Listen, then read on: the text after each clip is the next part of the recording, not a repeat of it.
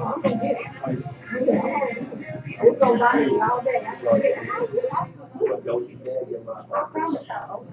right, good morning, First Atlanta. How are you?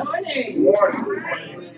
I am so excited about this class. This is actually my third time taking this class with Mr. Bob Kilinski.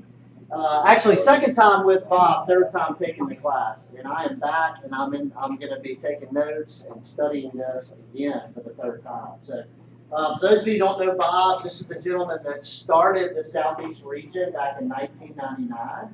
Drove to Atlanta from Louisiana, and I remember in '99 when I got my license, driving through a neighborhood and seeing Keller Williams and going, Jim, who is my brother, going, who is this company? And he said, oh, don't worry about it. They won't be here for very long. And now, look, my brother and I are both happy to be a part of this company. So here we are. This is Bob Kilinski. Let's welcome this man to our office. And this is run your business like a business. Thank you so much, John. What you don't know is that if you go back toward the back door and take a left, you go in that door and take a right, that's where we started. That's where Kay and I first had our first official office. In this building, I think starting in November of '99, because we had some work started here in the latter part of October '99. Kay and I just made our partnership official as of October 1, '99. So this building has a lot of history for us. So every time I enter these doors, be it in the back or in the front, it's like going to sanctuary for me. So we'll be in sanctuary. As you can tell, as I was leaving the space station trying to close the door properly, I hurt myself. So I needed an assistant this morning. And I was fortunate to have a blank on her calendar, meet my lovely wife, Linda, who today will operate as Vanna White. We rehearsed these twice before, once in Tuscaloosa, our first time, and it was kind of like, fumbleitis, trying to figure out, I've done this class so many times, she's heard it, but she never came to the front and sort of participated. So she was trying to write as fast as I was talking and get it correct, because I don't always speak correctly. And then we did it in Birmingham the next day, which we did a lot better, but the flip chart arrived 10 minutes after class started, so that was a little bit of a challenge. And so this is our third time together doing this. So if you see something we should do better, we can make a note, give it to John, we'll give it to me, and you'll probably ignore it. Okay, we'll try. So let me ask you a question, which I want you to write down. Anywhere you want to write it down, other than your computer or your phone. Okay. Oh, you're taking notes on your computer? Then I give you a waiver. You understand that? Okay. What's the difference between a practice and a business? Practice, business. What's the difference?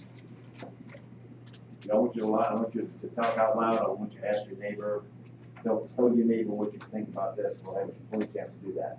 But I want you to start thinking about what the answer to that question is while I explain to you the rules of a Bob Kilinski class. First rule of the Bob Kilinski class is it's not designed to be a lecture. It's designed to be, we talk for a while, give information, but that we do a lot of back and forth. And when Tuscaloosa found out, there was sitting there kind of like, okay, Bob in Atlanta, mutual owner, we're going to sit here and patiently listen. They did that to the first part, the first and only one. When they came back, I wouldn't start the class until we started talking. In the 10 minutes that we spent conversing with one another, they learned more in those 10 minutes than the first hour and a half of just listening to me. And why? Because it was real stuff they talked about. I talked academic, I talked models, I talked book, but what we talked about when they got involved, we talked about real things in their real estate life in Tuscaloosa, Alabama. So here we are at Sandy Springs, the top office in the region. So I expect you all to start talking right off the bat. If you start waiting till the first grade, we will move this office to Anniston, Alabama, and start over. Okay, deal. Rule number 2, designed to have fun. I make fun of myself, I have fun making fun of myself, I make fun of John because I look so well, I make fun of Curly in the back of the room. There are other people here that I know kind of real well that I'll pick on occasion. Bottom line is you have the right to pick on me and we'll have a lot of fun. Rule number 3. If you decide to make a comment or ask a question, you're required to first raise your hand, be recognized. Secondly, you will stand up. And thirdly, you will yell at me. I'm hard to hear. I have great eyesight, but I'm hard to hear. So that's rule number 3. Rule number 4 is about questions. Question that you want to ask, that you didn't ask, you should have asked, was you let 10 or 12 people down because they were counting on you to ask that question. So it's not important that you get the answer, but it's very important that they get the answer. And that's your burden. If you don't ask that question, you're letting somebody down. Rule number 5. We all have what is now known as the smartphone. In my class, here are the rules. You can do whatever you want with your phone. I'm going to tell you what I do with mine. I turn it off, and in a minute you'll find out why.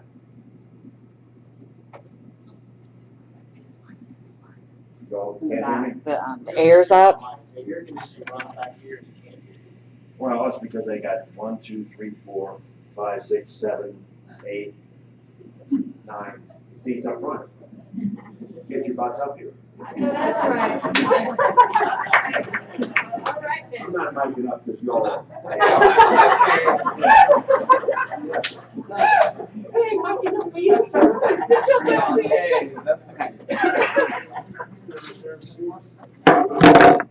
Well, I'm okay. You hear the music? No, it's static. Static? It's the A button. We turn the on. Oh, don't. Turn the mic thing off. Bailey, you turn it down. Yeah, I'm not serious. Put it on off. Oh, he's trying to record. What? He's trying to record. Is that better? You trying to record That's me? it. You good? Okay. Okay. I did forget one thing, you just found this out. This is fine, I'm not telling you that. I've been in the business now 45 years. And I tend to now get a little cynical in my older age in my career. I tend to tell like it is. So rule number 6 is if I offend you, it is totally your fault. And you can't offend me. So, the big rule, the phone. If your phone beeps, buzzes, rings, vibrates, or somehow sings a song or gives a speech, in this room, John will collect $50 for cater repairs from that person. Okay?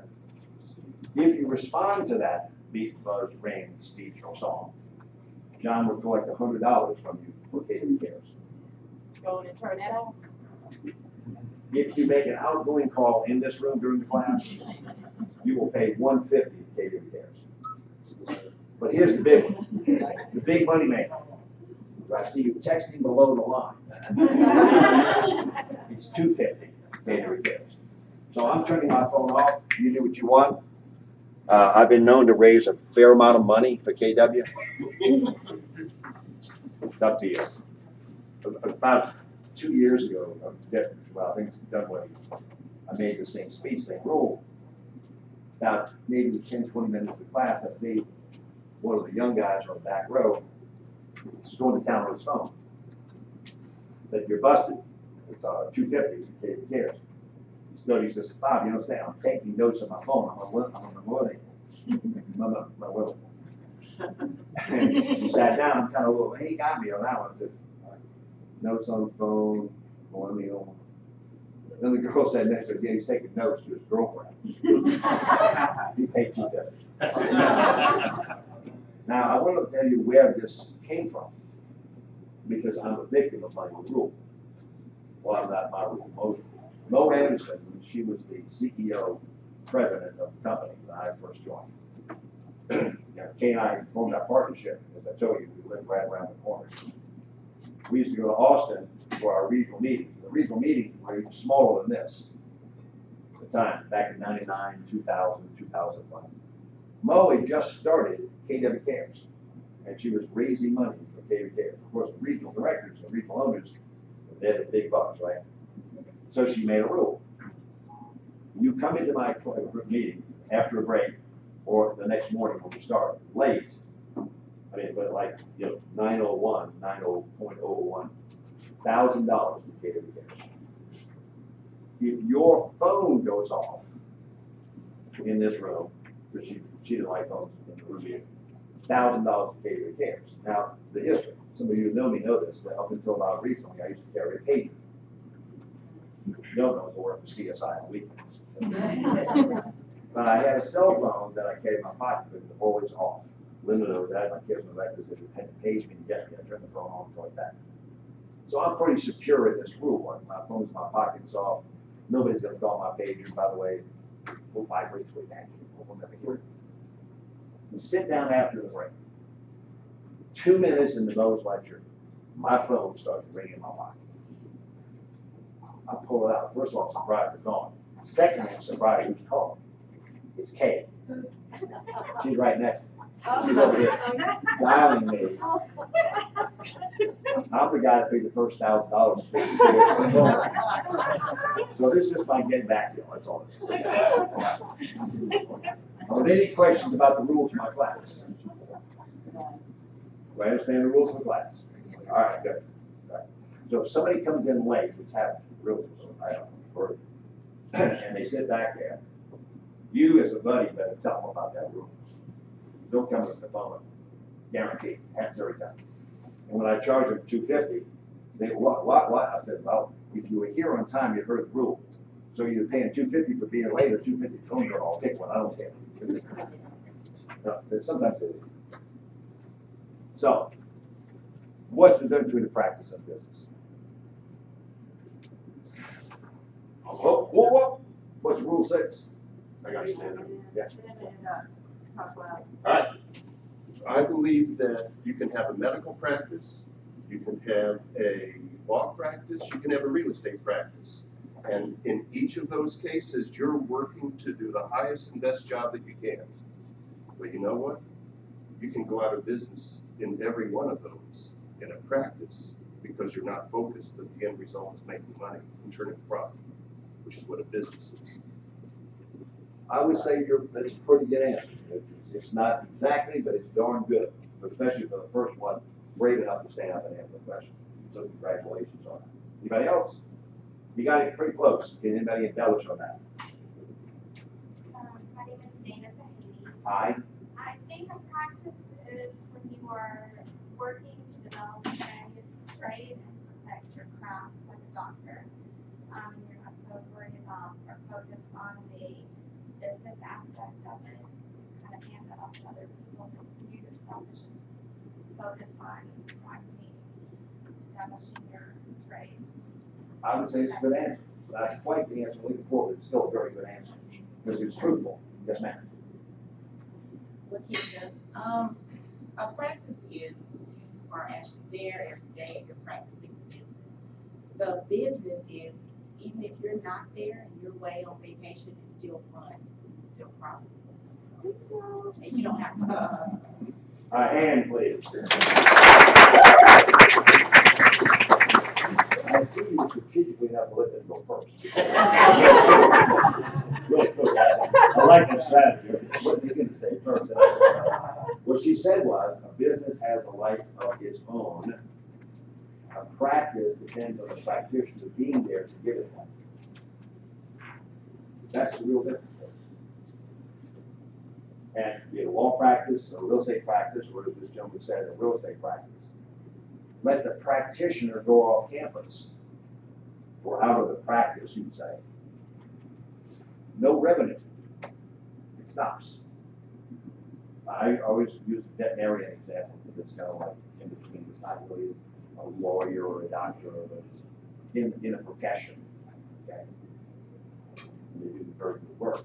But if you have a lone wolf, he or she, veterinary practice around the corner of one of the shopping centers, that's correct. Except the veterinarian goes off for 6 months, gets injured, the revenue stream stops.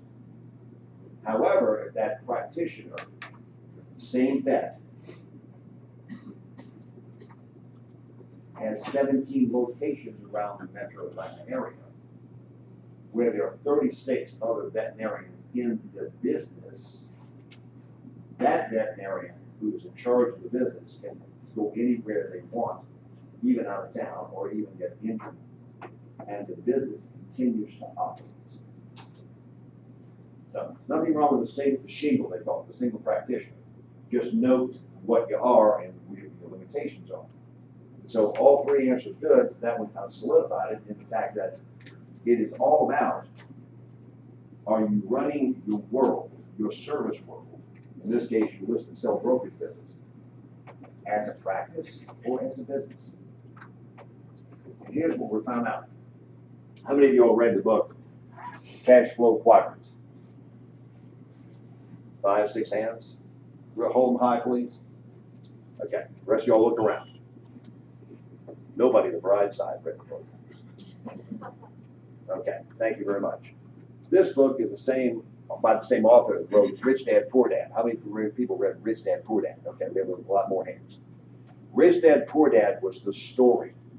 It was a novel, so to speak, with a concept in it on what is defined as rich, passive income, versus not rich, which is what they call objective or active income.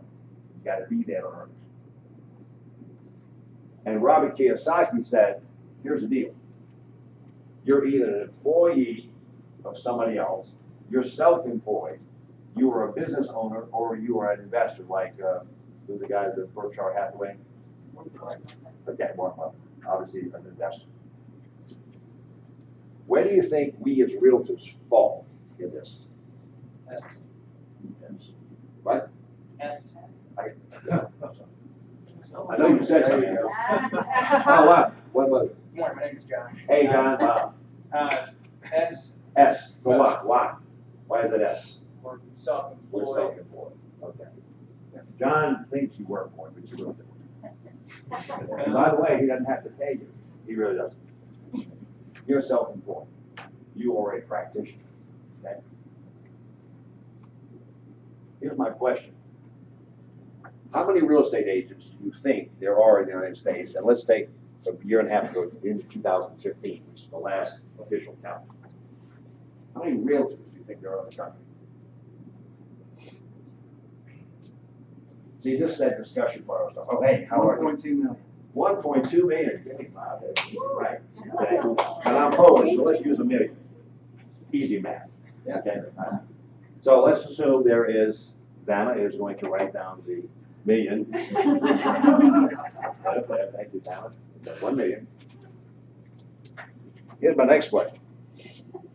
By the same body of stats, which is National Association of Realtors, how many of us million people are running a business that by definition has a life of its own, and how many people or percentage are running a practice, a practitioner in our list and sell agent business? Percentages going here. 5%. What? 5%. What? I say 5, he says. I say 2%. They 2% run a business, or 2% run a practice?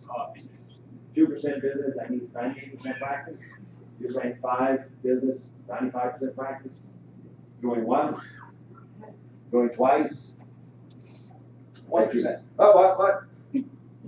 Wait, you stood up, didn't raise your hand, he's raised his hand, not standing up. I'm really confused. I'm gonna go with the hand. I'm Trey. I believe 1% or less is running a business, and 99% are running. Okay, so we have 1 to 99, 2 to 98, 5 to 95. Did you want to enter? I agree with Mr. Cooper. You agree with Mr. Cooper? Okay. Thank you, sir.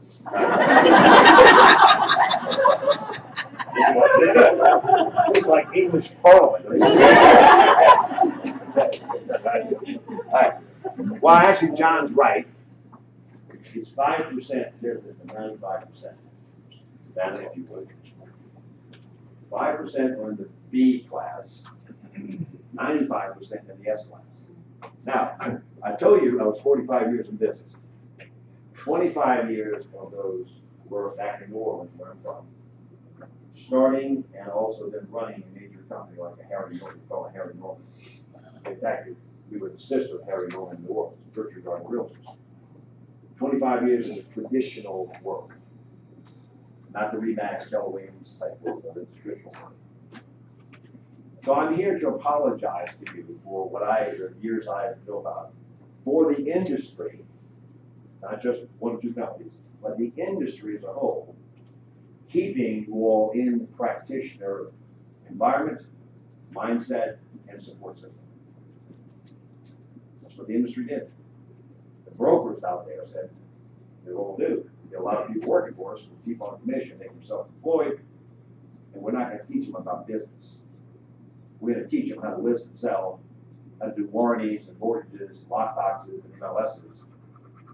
But we're not going to concentrate on time. Now, I'm not saying they got together a huddle and said, let's not do this. The mentality of the business, of the environment, of the industry evolved that way. And the sad part is, when do you think the real estate industry, as we know it, organized as we know it, actually got its beginning in this country? Wait. Let's suppress leadership for a second. We go to the people. 1950s. And why would you say that? Just a guess. Well, first of all, it's damn good. Okay, it's damn good guess. There's no rationale behind that guess at all. You just counted backwards so many years. After World War II, maybe. Oh, what? After World War II, we got our stuff together. I like to hear that. The real estate industry today is a product of the baby boom, suburbia housing, I guess, expansion, created by the end of World War II when everybody came home and the economy turned from wartime to peacetime. There were not enough houses, there were not enough realtors, there were no systems, because the last big deal was Louisiana Purchase. What the hell is this? So think of this. That was 1945. Let's say 1947. How many years ago was that? Quick math, people. What? What? What? 70. Thank you. 70 years. Good math. Okay. So here's the deal. In 70 years, we've had the jet plane, we've had new cars, we've had computers, we've had the internet, we've had the smartphone, we've had technology, we've gone to the moon, yet only 5% of the people in real estate are running a business. I mean, I almost feel like crying. Sad. However, folks, you allowed it. Well, not you. People back in 1950. That's what happened. Remax, I'll give Remax plenty credit, and Dave Leniger. He didn't start off to say, I'm going to go look for business people.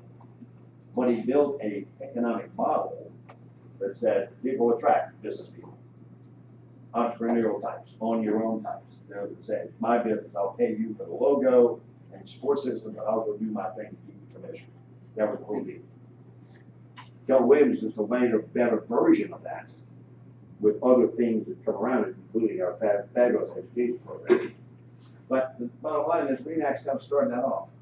Keller Williams, I think, is polishing it off, which I'm very proud of. But what I'm not proud of is the fact that we're still in the southeast region, where we have almost 11,000 agents today. So that percentage in our region is not much greater than the national average. Yes, ma'am. I don't like it, since the question comes. It is a question. So how does the National Association of Realtors figure out who has that 5%? How do they determine that 5%? What is the criteria behind it? Stay tuned, that's what the class is all about. Great segue, great segue. Thank you very much. Okay, because there are indicators, and there are anything reporting systems, so that could be 3 or it could be 7, because not all realtors tell the truth, and not all realtors understand the answer to the question to its nth degree.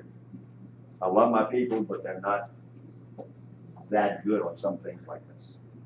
But it's like saying, how many appointments did the team leader have this past month? There's honest team leaders who say it's exactly what I did. There's some team leaders that need numbers, so they say a little bit higher number, and there's some team leaders that didn't keep track. So they turn in a number. All we know is what we get. So we're hammered by that, but still, there is a measurement system. But that's a great question. So, if we are where we are,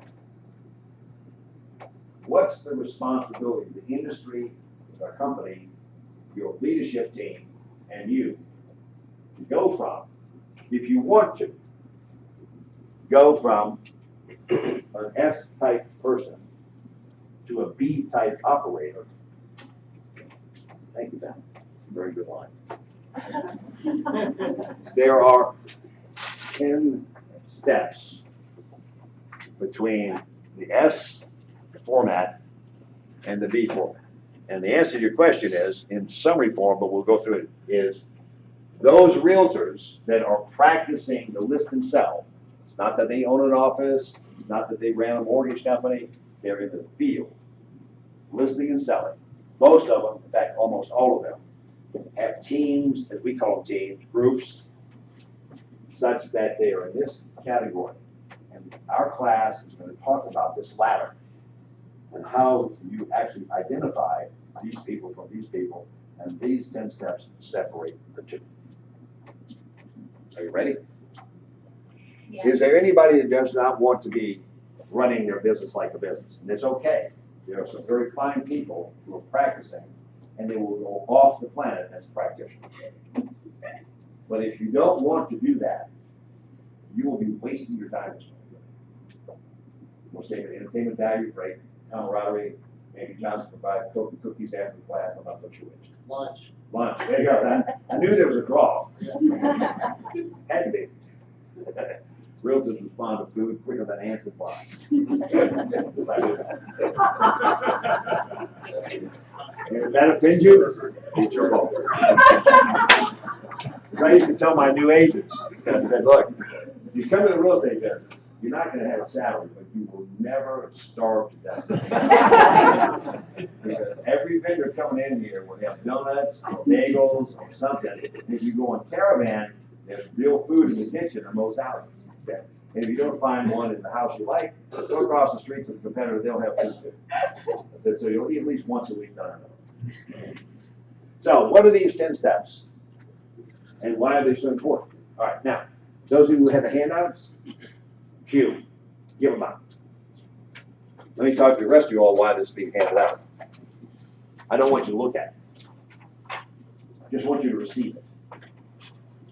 But the reason I didn't give it out earlier is because realtors are curious people like that.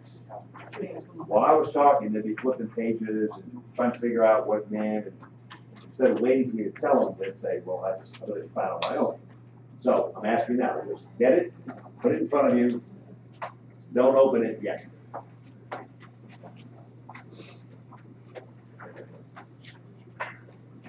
Did everybody get one?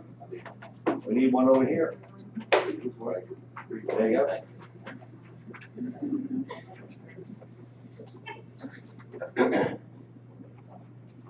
Got it?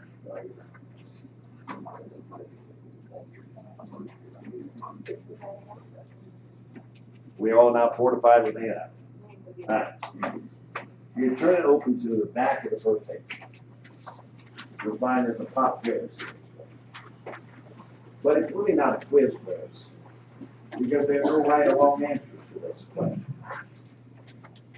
The right answer is your answer to the question. That's the right answer.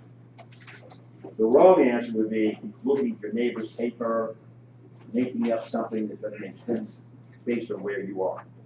So I want you to take this test. Don't take it yet. I want you to take this test as it's just you answering this question. It's about your list and sell business. It's not about if you have another business somewhere else. It's not about if you plan to open another business. It's about this business we're talking about this morning. And here's how you answer. It's either yes or no. There's no maybe. It's kind of like being pregnant. You either are or you aren't. Yes, no. No gray area. It is a yes. If the question you're answering, you are consistently, constantly, completely, and correctly doing it. Doing it or having it. It's a no if you used to do it, thought about doing it, know somebody who is doing it, or you don't understand the question. If you don't understand the question, the answer is no. Has to be. So that means you haven't involved it. So with that in mind, I want you to take the test now. Check off yes, no. At the end, add up all the yeses, add up all the nos. And those two numbers should add up to 10.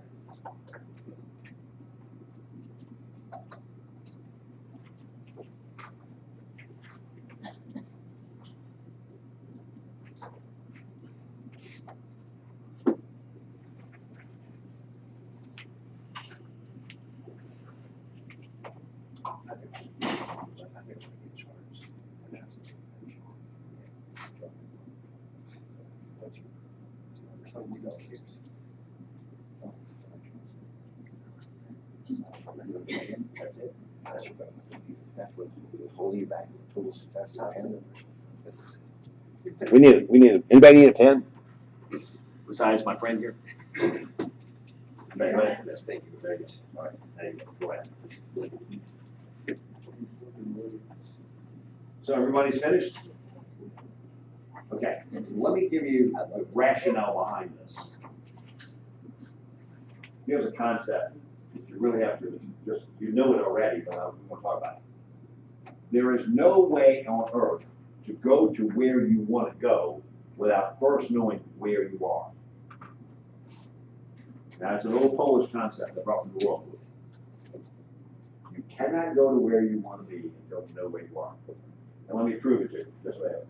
You remember in North Carolina about 7, 8 years ago, there was a 12-year-old Boy Scout got lost and separated from his troop. It was in the news here in the town. He's 12 years old, Boy Scout. He's in woods somewhere, I guess, outside the city he lives in. And he's separated from his troop. He's lost, by definition. Well, you think he's old enough, he knows the address of his house, the name of his parents, and the phone number. You think? Well, why didn't you just go home? He knows where he lives. Why didn't he just go home? He didn't know where he lives. Because he can't get to where he wants to be without first knowing where he is. Boy Scout. 12-year-old. Sharp. Okay. Not even a realty guy. So, Juan is in Minneapolis at a hotel going to a conference, and I realized that with this conference, I've left something at home that I really need. Let's say it's, toothbrush just to start out. Need a toothbrush and a paintbrush to go to this conference. So there's the Mall of America across the street. So I walk over to the mall to buy a paintbrush that I have to bring with me. So I know I need a paintbrush. What do you think when I get to the mall I'm going to look for? Now I don't have Linda with me, so I have no help. I'm alone in the mall. And man. Not a happy condition. I'm not sitting down because my wife's not wandering around, and I'm not tagging along behind her because she's not there. And I can't call her and say, by the way, do you know where I can find a paintbrush in the Mall of America? Because she's back in Atlanta. Directory. Oh, I look for the directory. Directory. Yes, raise your hand, stand up, that's the correct answer. So once I find the directory, what do I look for next? Section. What? Section. What? Where you are. Oh, thank you. A lot of people say we go look for a paint store. No. I look at a little star that says you are here. I say, thank God somebody knew where I am. That's right. Now that we've established where I am inside this major complex, I can then say, I need to go to one of these 2 stores that sell paintbrushes. And I know I'm here and it's over there, so I will take this path. Get it? Go back to my hotel.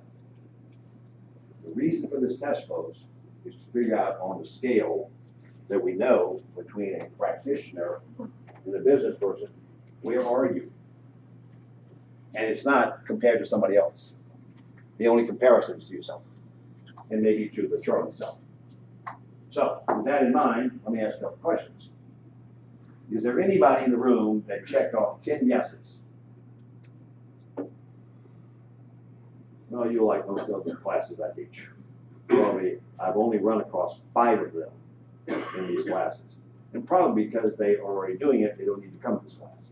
So there are a lot more than 5, but they didn't need to come to class. Is there anybody here that has 9 out of 10 yeses? Okay. How about 8 out of 10 yeses? We have 1, 2 hands. Would you please stand up? And I'll start with the groom side. Which 2 did you check no to? The last 2. Which are? We don't have a board of directors, Okay. and we cannot fire the owner of the business. You're the owner of the business? I am not, I'm the owner's assistant. You're the owner's assistant. I am. Is the owner here? She's not, she took the class last time. That's why she's probably a 8 out of 10. So you check that for her? Yes. Okay. So you're here in place of her, talking about the business that you are part of. Yes. Thank you very much. Appreciate that. Mine are the same as 9 and 10. I don't have a board of directors. So you, the business owner, so I'm talking to you directly, not to somebody through someone. Okay. Well, that'll make you stand up long. That made my question to you, the rest of this, okay? You're incorporated. You're capitalized. You have your money separated between business and personal. Okay? You are operating with a budget, written budget on a monthly basis minimum. Okay? You have a profit and loss statement and a balance sheet. First of all, just for those 5, see right here.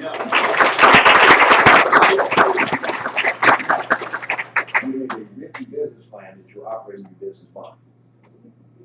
Okay, and you have systems in place, hopefully MREA based, that you operate this plan to implement it to get it done. Yeah. And you have staff. Tell me your staff level.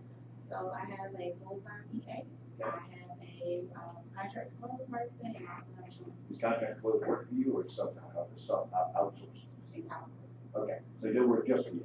Right. But you offload that. So you have an EA, an offload, contract close, anybody else in the And a world? showing. And a showing assistant, okay.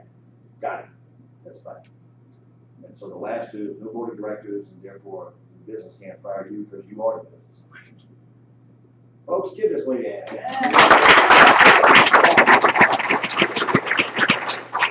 Did you do this all on your own? No, it was through taking your class. Oh, you came to 3.5 class before? years ago. You when I cheated? first got No, on. no. Okay. And you went and did it? Yes. Well, say it one more time. I want you to hear this. Was it that tough to do? It did take me a while, but it was not that tough. It was just about putting things in place and then kind of sticking to them. John definitely made sure to stay in line here. Okay. And, and that's what part of our duties as being on the ALC, you have to, some of these things. Okay. It was not easy, but it wasn't off the planet difficult. Right. Why do you think you went through all those things together? It was really important to me to be a business owner, instead of a practitioner, just being self-employed. I really want the business to run and grow and be profitable even when I'm not there. We as girls have worked a lot, so we need a vacation. So I want to get the systems in place so my business can still run even if I, Y'all hear on this? grid. You know what she's talking about? She's talking about the secret ingredient that's not on the board yet. She's talking about mindset, perspective, how you see things. Thank you so much, man. I appreciate you. And welcome back, by the way. Thank you. But you know that the last 2 are going to take, right? We just haven't gotten there yet. Well, maybe after this portion of the class, when we end today, you will get that 9 and 10 done. Okay. So, you'll see in your handouts, I've arranged it, not because of my arm, but because of yours. The information's on the left, your note-taking is on the right. Let me tell you how I think the best note-taking is done. Each time we're on the subject, you draw a line down the page on the note-taking side, right down the middle. And on the left-hand side of that line, you put down things you want to remember that you've heard. Whatever. Okay. On the right-hand side of that line, You put down what you're gonna do about what you heard. Which is what most people don't do in notes. Every once in a while, you see some people make a little asterisk off the side, right in the notes of the column, I'm gonna do this, okay? I want you to have what you wanna remember, and you're not gonna remember it all, don't try. There's some things that are important to you in your situation. But don't write things down you're gonna remember without writing things down on what you're gonna do about what you remember. That's your loss if you don't do that. So that just comes from a very good trick from a very good educator that I know that has used that in their world and their teaching world, and they get more accomplished because of that one little strategy. So we start here. And if you draw the red circle below, the first thing you're going to see, folks, when you flip the page from the test page, is talking about business mindset. And mindset is probably, can't be measured. You know, I can't say, well, let me check your mindset. Let me rate it. Let me categorize it. Let me measure it. Really can't do that. And also, we're not born with a specific mindset. It's something we learn and earn along the way. And you'll see some people who think differently, and think higher levels, and they get things done maybe for themselves, what they want to do, because of the mindset they have. And here's the key, it's a trifecta.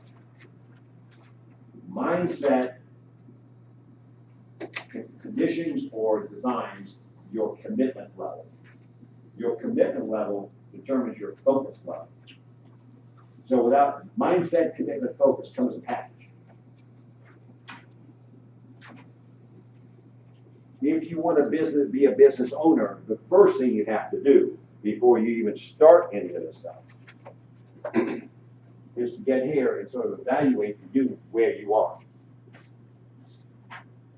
Do you have a business mindset? Do you want a business mindset? Are you willing to do the things to get a business mindset? Because I tell you, if you don't do that, the mechanical stuff we'll talk about, you'll get done. But a year from now, you will not be able to check yes because you will not have done consistently, constantly, correctly those things. I'm a prime example of this. When I was back in New Orleans before I came to Atlanta, before my wife died in '97, there was a gym maybe a half mile from my office. And I was in great shape. I was in my 50s. My kids were sort of grown. Every day after work, I went to the gym. I had a mindset of a fit, strapped, male person. And I worked at it. I could show you pictures. I don't have any with me about how good looking I was back then. I was in shape. Well, let's fast forward. I changed locations, came to Atlanta, started with K, a region, met Linda at the opening of this office. You know that? Did you all know that? That Linda and I met for the first time ever, right in the Coke room on the other side of the lobby, January 25th, 2000, when we got the grand opening of the Sand Springs office. So once again, I thank you all. Sierra said she paid to come see me. Well, she was a sponsor. And she knew half the core group here, because with Jenny Troy, where she used to work. So, but I thank God for that event for a number of different reasons. It opened a whole new world in my life because of this office, a whole new life because of this office. So, kind of a neat place here for me. But as you can see, things have kind of changed since I was in my 50s. I came to Atlanta, and I decided after the region sort of got going, that I was going to go back and get in shape. I was going to take this and put it back where it came from. So I joined a gym, got a locker, got a trainer, got new gym clothes, got the gym clothes in the locker, and sort of didn't go to the gym that much. But I knew why, and Lynn and I talked about it, because the gym was by my office and should have been near my house. So I joined a second gym. Got a second trainer, got some more new clothes. Got another locker. And today I'm the proud owner of 2 gym memberships and a rusty block on 2 lockers. And as you can tell, things haven't changed the way I wanted them to. Why? I didn't have the mindset that I had back in my 50s and 40s. I thought I could do it. I kind of, did all the mechanical stuff. Joined the gym, got the trainer, got the clothes, got the locker, had all the prep stuff done. What wasn't done was the mindset part. So therefore, I could not make the commitment, so therefore I could not focus, so therefore I did not go, and therefore the result that I desired did not happen. But however, I am a member of the gym, and I have 2 lockers, history with trainers, some great new clothes. They're still new. Point. Until you get into the mindset area, you can go do the things that look like they create what the end result requires, but it doesn't happen. You do one in a row and it stops. You all been part of a gym? The gym people, the real gym people know between January 1 and February 6, don't try and get a machine. Because all the New Year's resolution people are showed up. But after February 6th, if you can drive a truck through there, get any machine you want. Why? Because those people without the mindset have quit coming. Happens every year. They sell 90% of the gym memberships in December and January of every year. And then people disappear. I think we're a little like that. We come to the class, get a little revved, a little charged, make a note or two, walk out the door, we hit the real air of the world, not the reconditioned air, and all that sort of dissolves and goes away. So here's what we do know. Out of any class, specifically with realtors, only 8 to 12%, average 10% of the people in the class, once they go through that door right there, not the break, but in the class, only 10% of the people actually do something about what they want. So Johnny, we have how many people in? 60. So will the 6 people, 10%, will the 6 people who will be the people who will do something, please raise their hand. Liar, liar, pants over. But, good call. Don't happen, I can tell you. If I get one person out of this class that actually does what we say and rides the rail from S to B, I'm a happy guy. Because there's one more in the business camp, and they will affect others. Some are already very close. So if you want to be that 6th person, you're going to have to start thinking of your mindset. Because your mindset is what's going to carry you past that door. So how do you get a business mindset? There are 3 ways, 3 distinct ways we know of for a non-business person to get a business mindset. What do you think they are? I'm spending a lot of time on this because it's the most critical. If you walk out after this part, you're ahead of the game if you go to the guy. Yes, ma'am. Hi, Vanessa. Hire a coach. Say that again, please. Hi, Vanessa. Hi, Vanessa. I'm Bob. Hire a coach. Hire a coach. Like your answer. That's not one of the 3, but I'll add that one. That's a good one. Yes, sir. Constant self-repetition and visualization. Wow, you're talking about my pay grades down. What's that again? Just every morning, repeat to yourself, hey, this is what I need to do to be in the business Acclamation. mindset. What do they call it? Affirmation. Affirmation. Yeah, and visualize yourself doing what you need to do. I like that. Okay. Is that like going to the gym? Kind of. How about after the 7th morning? Still doing that? I'm not saying I'm doing it. But y'all should. Stand up and point everybody out. We got that down. I like it. Okay. 3 ways. Read. Oh, you would tell me? Yep, come on. I was just gonna say, read business books. There it is. Number 1 on the hit parade. Read business mindset books. Guess what is on the left side of your handout if you're on the right page? Which most of you are. You should be on page, what? 5 and 6. What do I have there? 4 books. 4 out of the thousands probably on business mindset. And what's the first one? Think and Grow Rich. How many read that book? Right. When did you read it? 20 years ago? 30 years ago? Read this year? That's awesome. When do you think it was written? 30s. You're right. those of you who didn't stand up, the 30s is correct. 1933, I think. Okay, it's exact. Still, the best business mindset book on the planet today. It's kind of like in my world, the Bible is kind of the best in its field. This one is a Bible for mindset and business. Think and Grow Rich. Catchy title, okay? But there's a lot more in it than that. Number 2 book is what? Cash Flow Quadrant, the book that this whole thing is based on in terms of business, so for the business, is about the strategies that business people use versus practitioner people or employee people. Number 3 book, for those of you in the real estate business, I don't care whether you tell it or not, this book is a non-logo book, just had to be written by Gary Keller. It's about common denominators and indicators of the successful people in the 5% club, the way big club, maybe the 1% club, across America. It is a operations manual. It is the mindset of how to do this. And the last book, something he just wrote, which I think is a brilliant book, is The One Thing. In fact, I was at a meeting yesterday with a volunteer group that does coaching to mid-level companies at inflection points. And the president of the company and I said, if you haven't read this book, The One Thing, you want to read that. Because we were talking about what one thing will make a difference in his business, going from where he is to the next level. And we had a whole hour discussion on that. I said, here are our ideas, but you have to come up with your own. But read this book first before you decide what it is. So I say to you too, read this book. Yes, ma'am. Nancy Sennia. Hi.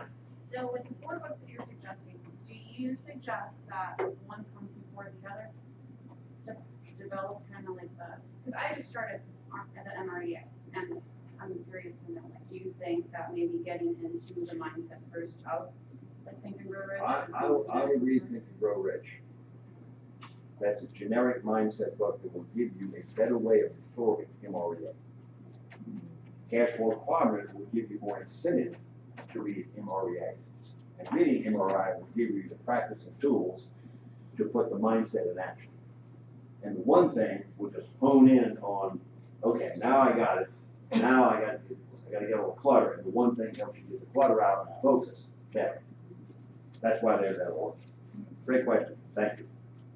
Now, there are other books, but I'm not talking about accounting books, finance books, macro level books, international finance books. I'm talking about mindset strategy books. They have them all over Amazon, all over the internet, okay? Pick and choose your own, but get into it. You can't read a bad book on this subject. Okay, if you're a slow reader like I am, pick your books carefully, get them in hard copy, so you can yellow mark, dog ear, the corners, right in the margins. You want to download it later to refresh, either Audible or read it on a Kindle, great, but have your hand Bible with you. So that's method number 1 for mindset. Method number 2. Go ahead and copy the point. Yeah. What's method number 2? What do you think is a method? Yes, sir. Jorge, I would say surround yourself with other business people. That's number 3, but I like it. Right. Not surround yourself. Go get around them. Yeah. Go get 5 local business owners that are successful and make them part of your alliance group for you, your mentor group. And here's what I do know. You ask somebody like that if you could pick their brain and hang out because you heard that was one way that you could prove yourself. I don't know anybody like that's going to say you no. But they're not going to call you and say, hey, I heard you took a class with Bob and I want to hang out with you. Not going to happen. You're going to have to take the initiative. Thank you very much. Great suggestion. Number 2 is taking business mindset classes. The last time I checked, there are about 50 colleges here in Atlanta.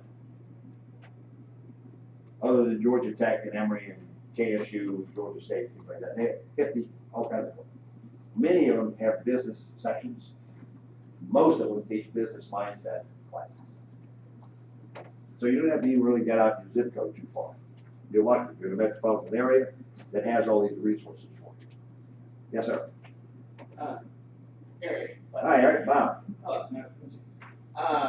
One of the other things I think is an awesome free resource are the motivational videos that are on YouTube.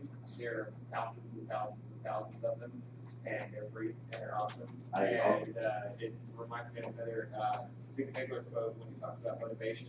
He said some people says it doesn't work, so we'll either just fading. That's why we recommend it daily.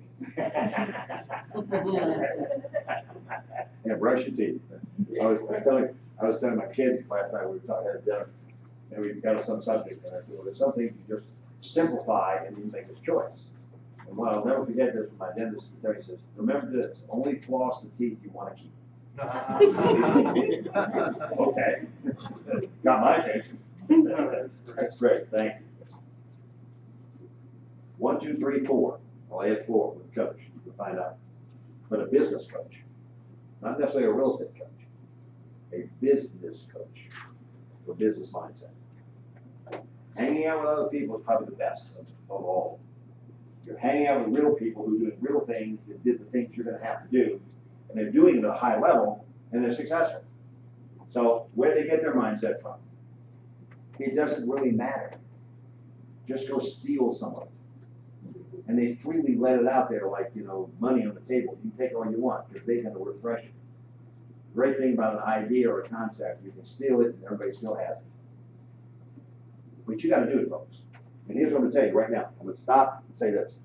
Before you even will talk to a guy like Ernie, who will talk to you in a minute, to incorporate yourself, you better start this process. You better start that process. Because the number of people that Ernie knows and I know that incorporated themselves in the real estate business and then done nothing with it, except say I have it. I have a gym locker. I have 2. An incorporation document without mindset is a gym locker without participation. It's there. Cool. Congratulations. It's good one. So the first mechanical step is separating you from not you. Let me tell you the story on that one. It's another Bob story. Did I tell you already how good looking, how funny, how intelligent, smart, and humble I am? Okay, won't do that, okay? Because back in my other world, back in New Orleans, I got a BSE from Tulane University, so I was an electrical engineer in the 1960s. Sorry? Roll wave, yes. I just wish there'd be water come out of the spigot if you had. I was there all 6 years when they lost almost everything. It's sad. Then I got an MBA from Tulane in business, finance, and management. Went to work for IBM, got their training. Went in the consulting business, learned a lot from my peers. Okay? What I'm trying to tell you is, I got my stuff together, baby. I'm all in and the chips. Back there. But here's what happened to Bob's world. So my wife died, so I've gone through everything. Insurance and trust and medical and corporations. Kind of about this thick file on my world. So when I came to Atlanta, I realized I was going to be moving from Louisiana, where I've been all my life, to Georgia. So I contacted a corporate attorney, a state trust attorney, to convert my residency, personally and for my entities, from Louisiana to Georgia. Got to do that. That's part of the law. So I went to see Chris, and I brought him my stack of self-made papers. Remember how smart I was. I did this pretty much myself. Now then I'd hire somebody to make it official or whatever. But it was me. Okay? Oh, let me pause button. Write this down. Another concept. Always seek wise counsel. And know what you are wise counsel on and know what you're not wise counsel on. It will pay you in the end to seek wise counsel early. It may cost you more in the beginning, but it will save you tons of money, grief, and time going forward. So I went to Chris and I brought him my world. And of course I'm thinking, Chris is going to take Whiteout, Louisiana, right in Georgia, in official legal language, give it back to me, and maybe $500 bill, I'm off and running again. Well, about 7 days after I dropped the package off, Chris called me and says, Bob, I want you to come in for a conference. Conference? Okay. He said, I know you're a builder. I was a builder in New Orleans and also a realtor. He said, let me talk to you in your language about what you gave me. You gave me a 1970s house that's been added onto 4 times, renovated 7 times, painted 21 times. It's all there, but it's funky as hell. And it's not gonna serve you well going forward. It'll keep you out of the rain, but that's about it. He said, what we need to do is tear this thing down and build it back correctly. And here's the concept that he gave me. I want you to write this down. And it cost me $35,000. He said, there are things that are you, and there are things that are not you. And you need to be able to separate the two and then plan around that accordingly. He says, here's the deal, Bob. There are things that you own, operate, and maintain that are not you. And there are things that are you. And for going forward for estate purposes, for business purposes, for tax purposes, and all purposes, you need to know the difference, you need to separate. So how does that translate to you all? How many in here pay their real estate costs in the same checking account they pay their rent or their mortgage? Truthful. Only one? I'm not buying it. So everybody else has it all split apart, right? Okay. I'll take you to work. Congratulations. You're way ahead of the sentences on that. But here's the deal. How many of you are still filing your expenses on Schedule C 1040? Which means you're not incorporated. I'm going to make it real simple. How many people here are not incorporated? Thank you. That means that you're paying out of your accounts that are under your Social Security number. That's you. You don't have a not you unless you have an entity that has its own number called an EIN, Employer Identification Number. You have not separated yourself from your business yet. So you don't have a you and not you. It's all you. And let me tell you what, folks, that's one of the first speed bumps you reach in trying to get a mindset and also developing your business going forward. If you don't make that division right now, you're already limiting yourself both money-wise, liability-wise, and mindset-wise. But you know what? The industry doesn't teach that. So I understand that. However, we do. We concentrate on this. Ernie, good-looking Ernie in the pink shirt, incorporates real estate agents for a living. Ernie, take a little bit of time to explain what you do. Two questions. How many people in here, when they filed their income taxes this past year, threw a little extra in there, like a tip for the government, okay, because we got great service this past year? Anybody? People actually do that, 1,000 taxpayers a year. If you're not incorporated, you did. Okay? Slow that down, go back over that one. How many people tipped the government this year? If you're not incorporated, if you're filing as a sole proprietor, you likely did.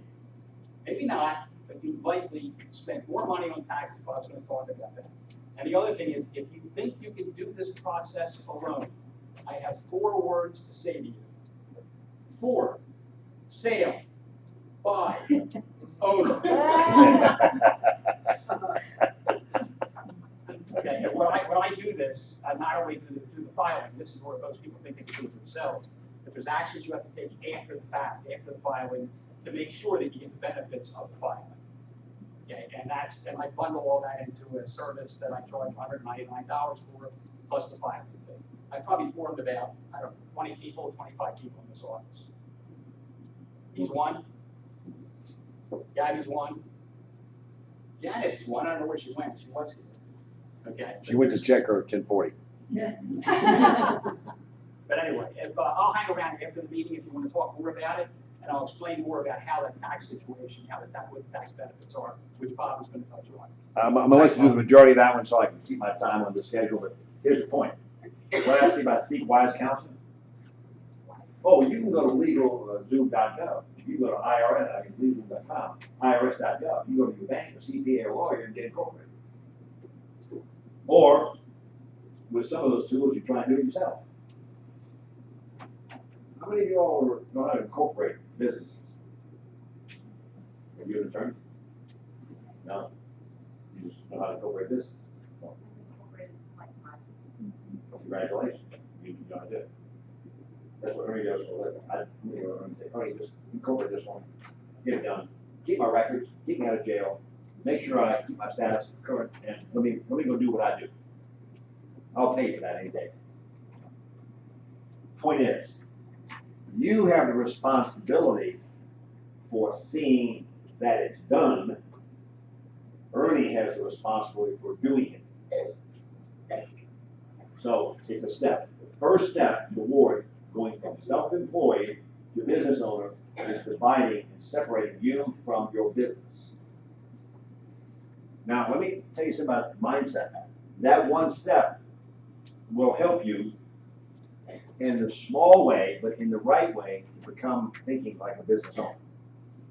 Because once you separate yourself and start thinking, this business is mine, but it's a business on its own, that's part of the mindset step that says, okay, I'm now seeing things differently.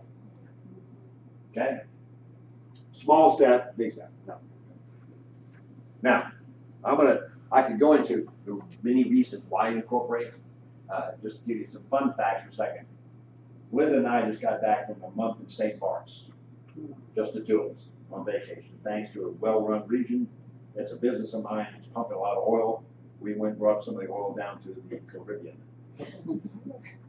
But here's the deal. My company, RH Enterprises, which owns a piece of the Southeast region and a piece of the North Florida region and some other things, commissioned Linda and I to go down to St. Bart's to find out how realtors in the Caribbean in the summer run their business. They also decided, we had a board of directors meeting, and they wanted to send us first class. Because they wanted us rest when we got there and running the business properly and having a highly efficient. They also rented us a car, they rented us a villa on the harbor. They made sure that we went down 13 beaches where there is waterfront property. Sometimes we had to camp out on the beach, we had to sit there and watch and see what happens. Take a note or two, you know. Okay. Well, this trip was so successful, we're thinking about doing this again to California, right?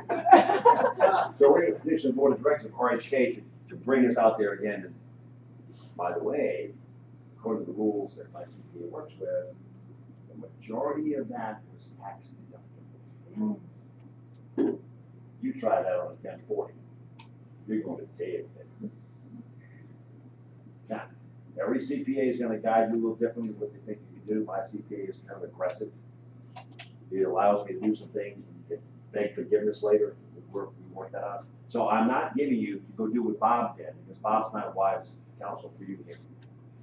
He just understands the benefits of being incorporated, that I cannot do that personally, but I can do it. And that lies there, the tip that you gave your government, the extra money that you paid that you didn't have to pay.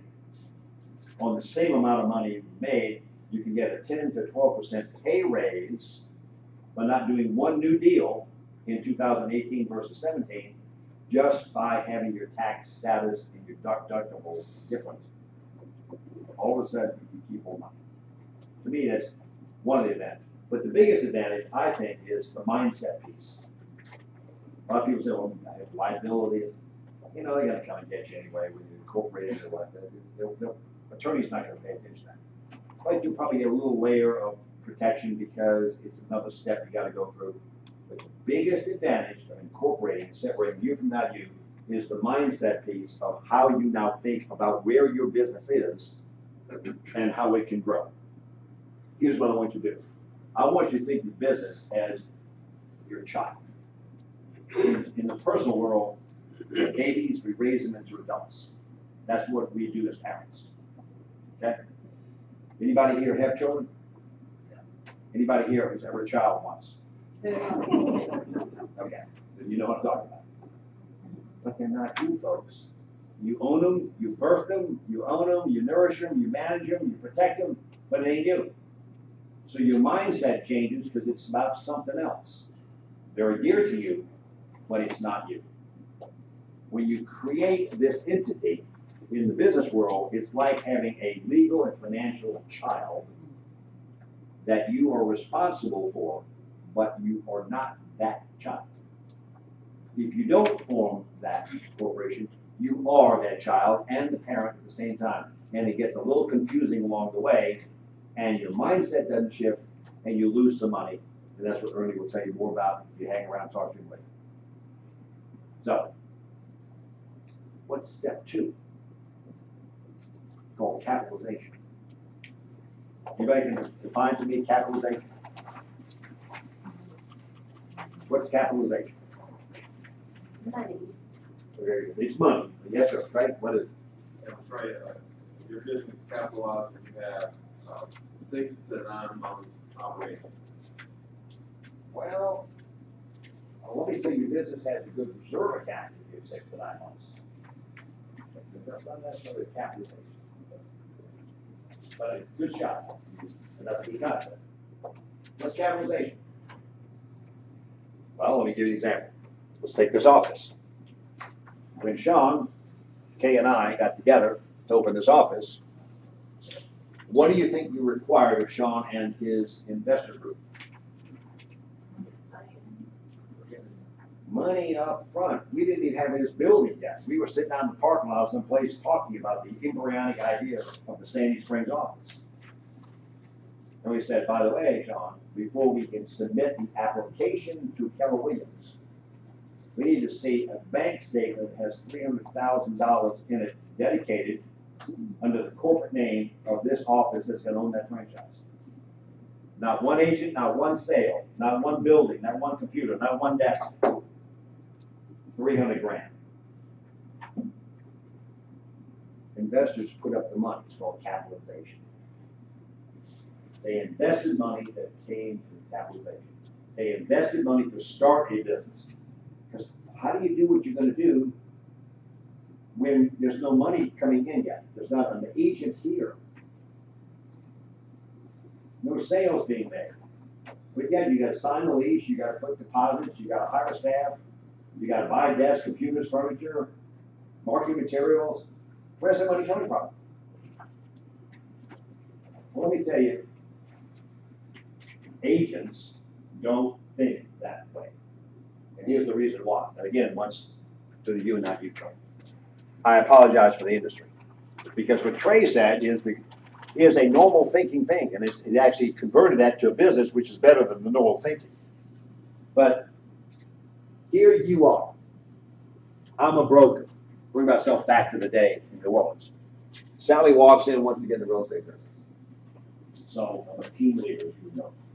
Say, Sally, good. Happy, what do you do now? Well, I'm a secretary over the insurance company, but I want to work for myself. I want to be autonomous. I want to be flexible, and I want to make a lot of money. Okay. You sound pretty typical. I didn't say this to Sally, but you're very typical. Okay. You're married? Yes. You go to work? Yes. He makes money if you want to make some additional money. Yes. Okay. Okay, let's go at this. Especially, it's even drastic if Sally says, no, I'm single. I said, well, here, Sally, what I want you to do is I want to make sure if you tell me you take $3,000 a month to run your single life, $3,000. Now, thank you.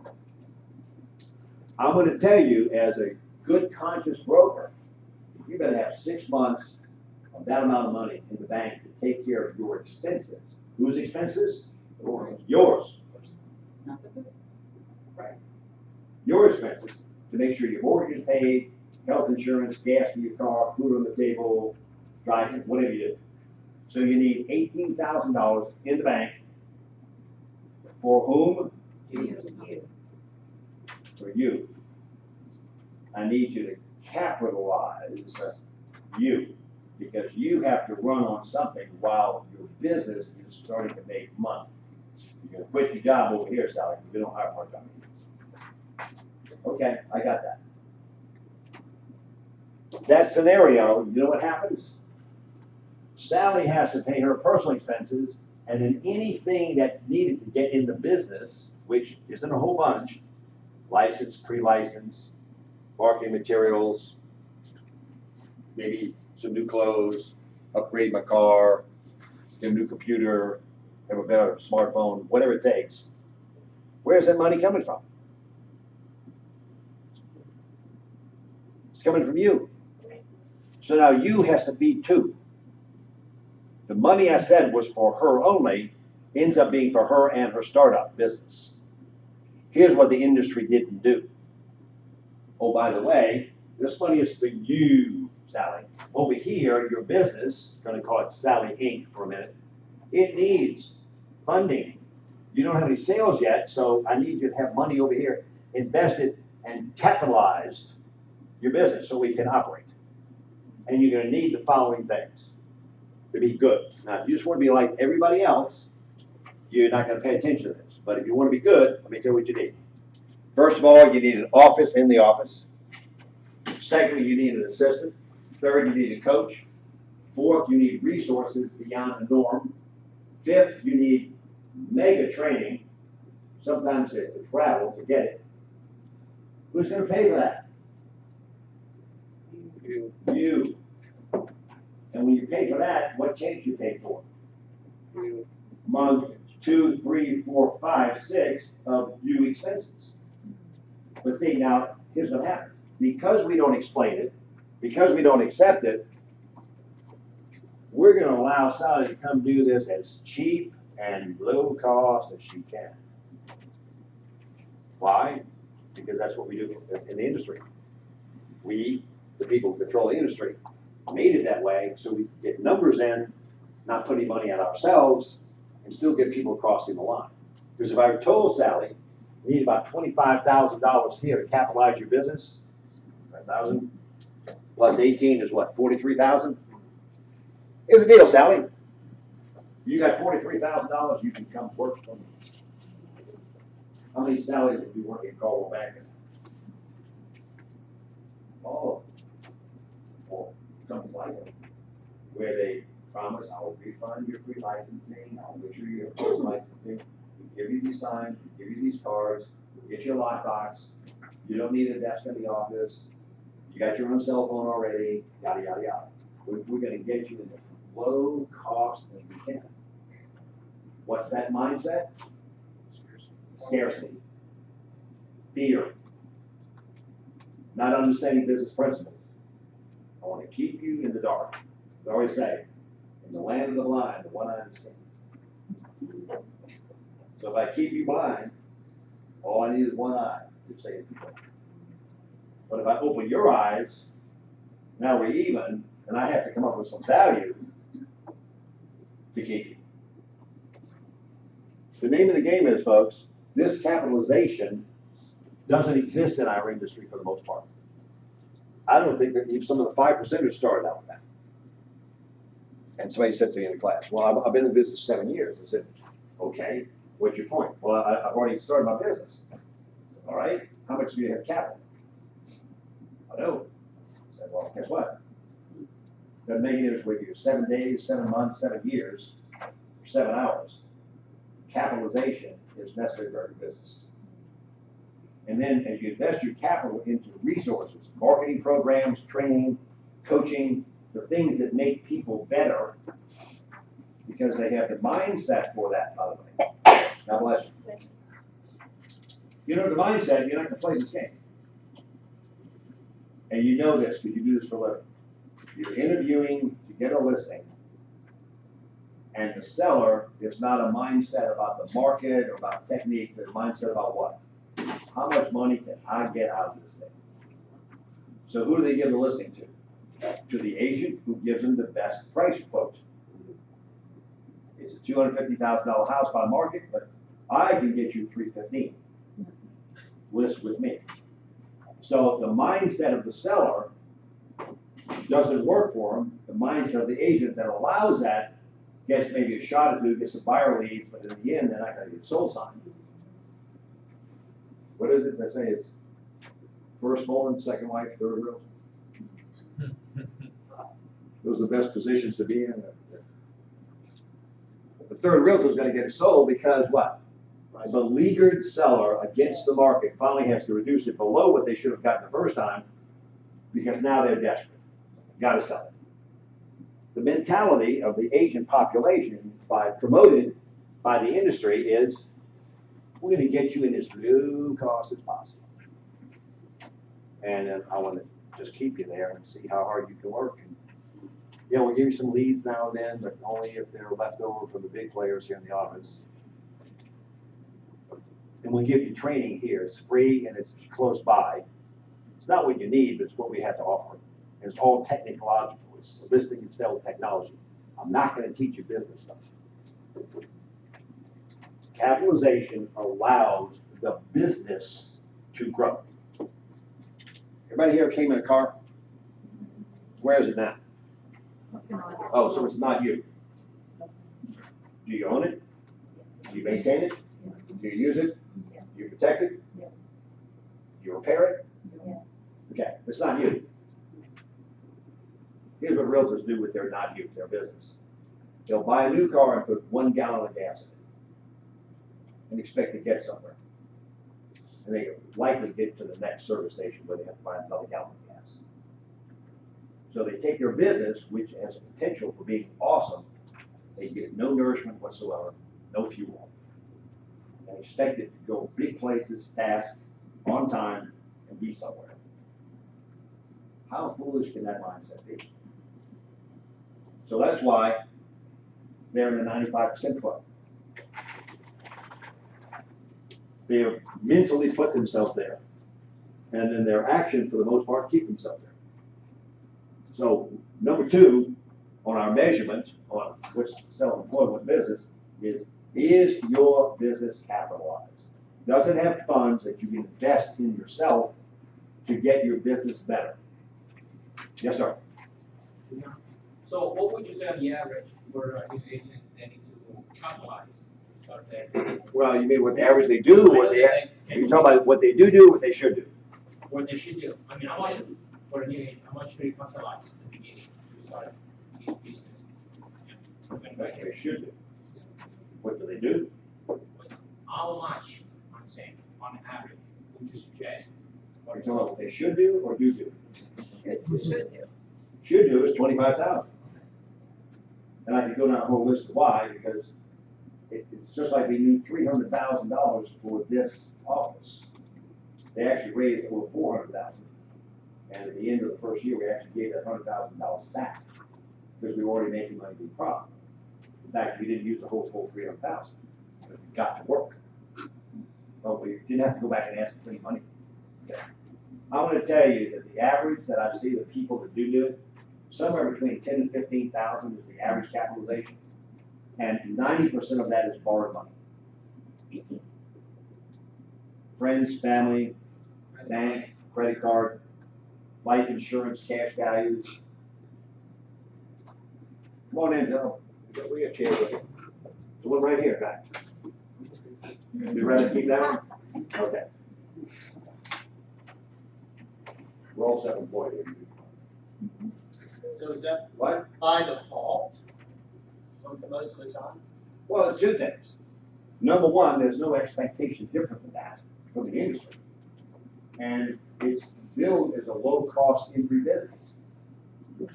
And nobody really teaches, I think we do a good job of this. I don't want to be back today, I don't think it's a deal, we're already at the level. And nobody really teaches that, okay, let me show you something. That's the lean and mean scarcity approach that the crowds are using.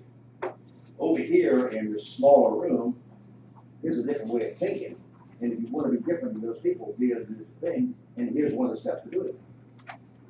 And also the fact that most realtors come to the business with little or no money to do anything. Because if they have real money, you might go start a different business. But this is considered a personal service business, low cost entry. And it's been that way for 70 years. Still is. So that's why when we talk about investing money in the capitalization, some people cock their head and say, what's the guy talking about? They don't do that over here. No, they don't. And that's why the company becomes successful and the agents don't. In our company, we're successful because our agents are successful. That's how the company gets successful. But the traditional world doesn't think like that. They'll wow you with their, I call it the gold-plated conference room. And all the supermarket materials. And we got somebody to handle your listings for you. We'll put this in. You don't have to worry about all this. It's a concierge service. We're just gonna take a lot of your money when you close the sale, but look at all the value here. I'm not gonna teach you how to run your own business because I don't want you to. I want us to run a business and you just go make listings and sales. Number 3 on the hit parade, and we're gonna go through now picking up speed because it's 11:05, we're in at 12:30, is separation of monies. The only way you can put money in a bank in the name of a business is to have an EIN number to give to the bank to set the account up with, which means you had to incorporate. If you go to the bank, you want to go to the bank with capitalizing, say, I'm setting up a business and I'm putting money into it. I'm going to fill the tank of my car up before I make one sale. The car's going to be ready to roll, baby. While other people are stopping off after 1 gallon to get there, I'm still on the interstate going flying high. And I'm going to get to the sale, make more sales, think about more sales than that other person will because my mindset is different. So, separate monies. Very simple. There's a chart, I think, on page 9. Okay. Yeah, 9. It looks like this. I love sticking here. Look. There we go. All right. Very quickly. It's you and not you. We've established. Here's not you. It's your business. I want you to have a capital, operating, and reserve account. 3 accounts at a bank. Don't have a nosebleed on me, because realtors hate paperwork anyway. If I tell you you have to have 7 accounts, you hate the one you have and don't want to deal with it. We'll online bank, we'll auto pay, we'll do whatever we can to get out of making sure our money is doing it properly. Just want to make sure it's easy. So yeah, I'll tell you what I thought. Then you have 4 accounts for yourself. A tax account where you put your monies on every sale. So in the 90 days, every quarter, there's money there to pay Uncle Sam what Uncle Sam expects. Remember, this money was never yours in the first place. They just let you hold it. If you don't give it up after 90 days, they start charging you for it and they come after you for it. If you hold it too long, they get nasty. Savings account, operating account, reserve account. If this capital account here is like a savings account for an individual. Reserve account, same thing. What do they mean? Where the money starts from. This is kind of like Lake Lanier, the reservoir program. Lake Lanier has all the water that feeds Chattahoochee. And there's some pockets that Atlanta puts aside for water in case this runs dry like they did, what, 8, 9 years ago? So we'll still have some water if this and this don't operate right, while we try and build things back up. On the personal side, Uncle Sam money, savings account is different from reserve account. A savings account is for things going forward. A reserve account is to keep things from attacking from behind. Examples. Forward is retirement, college savings, vacation, buying new things that you want for yourself that you can't buy through a corporation. Forward-thinking money, investment property, stocks and bonds. A reserve account is, what if I get sick? What if you have a catastrophe? What if this, what if that? Things that come out of the blue that you don't unplanned, you have a cushion to draw from. That's what this reserve account is, both for business and for you personally. Those are the 7 accounts. Why 7? Because it's the minimum discipline and the minimum separation to make sense to be able to manage your money properly. Lynn and I together probably have 22 accounts for our businesses, for personal, for various things. We have separation of money. But I'll tell you, while we were in St. Bart's doing all that research, we didn't write 1 check. We didn't balance 1 account. Why? Because you'll find out in step 8, we have staff. And I'm responsible for getting it done, but I'm not responsible for doing things. What I wanna do is fly first class to St. Bart's to look what other realtors are doing at the beach. You choose what you want, I'll choose what I want, and with her. So, rock and roll. So, 7 accounts. I want you to get them open, as opposed to worrying about who's gonna balance. You say, well, Bob, which one to do what? Go to the bank, seek wise counsel, tell them what they're for, let them set you up. Personal recommendation is that you keep you money at one bank and not you money at another bank. These accounts are under your EIN, these accounts are under your Social Security. Any questions on that? Very key. Yes, sir. What percent would you say, so if I have a $10,000 check, what percent would you divide everything? I don't do percentages here. I use real money. If we have a $10,000 check, put 10,000 right here. How much should I put in operating? Which is going to lead us right into number 4. You don't know how to put much operating unless you have a budget.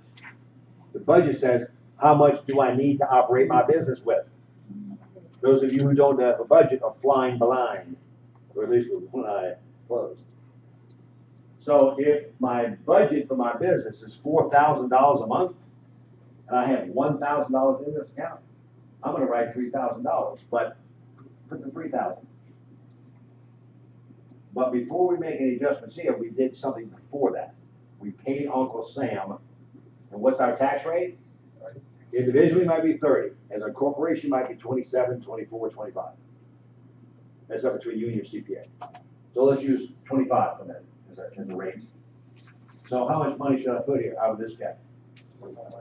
What? 2,500. 2,500. Okay. So for 2,500 here, 3,000 there, how much is left there? Quick math. 45. Good. Now we have 45. What should we do with that? We could pay ourselves. What? Pay ourselves. What? Pay ourselves. Oh, we should pay ourselves. Okay, how much do we pay ourselves? There's a voice in the room that kind of tell you. Yeah. What was it? That you needed a budget. What was that? You need a budget. What? You. What? Angelia, you need a budget. Ah, you need a budget. So smart girl over here. Here, folks, if you don't know how much it costs to run your life on a monthly basis, what do? You guess. You don't have a budget. You kind of know the mortgage is this. You know the car note is that. You know the food kind of runs this way. You know the kids need this sort of. So you're operating without what I call this cyber budget. It's sort of written up here on a cloud, but not the one that keeps the data, the one above your head. You guess it. Let's assume your salary costs $3,000. And you have $1,000 in this account. 3,000, 1,000, how much do we put over here? What? Hello? 3,000 we need, 1,000 we have. How much do we need to put in here? 2,000. 2,000. How do we know that? Because of the budget. Because we have a budget. It's a guideline. It says, you need this. You have that. You know where you are. Now you can make. So we have 2,000 to put over here. And how much left? 2,500. What do you do with that? I'm gonna split that between the 2 reserves. What? I would split it between the 2 reserves. You would split 2. What about your savings account? Well, I forgot I need to do savings too. You do? Yes. Why? Because the savings is for the future events. Okay, but what happens if the future, if the past comes to get you? Well, that's why you still have to have a percentage in reserve. Your budget will tell you what your percentage is you need to put in your savings account. What percentage or how much? How much when you're dealing with actual numbers. Hello. Get out of the percentage business, folks. You can't spend percentage at CVS. They don't take percentage. They do not. They do not. I've checked. Said here's 10%. 10% what? Oh, you want $10. Yes. Actual amount. So our savings account is the last account. A lot of people say, pay yourself first, save first. What I'm telling you is, in the business mindset, other than Uncle Sam, which is a federal requirement, otherwise you go to jail, This is where the big deal happens. This is the heart of the business. And those of you who know medical, when the heart pumps blood, what gets the blood first? Brain. The brain. Right? Brain. The brain, okay. So the brain gets the blood first. Let's say there's only enough blood for the brain. What happens?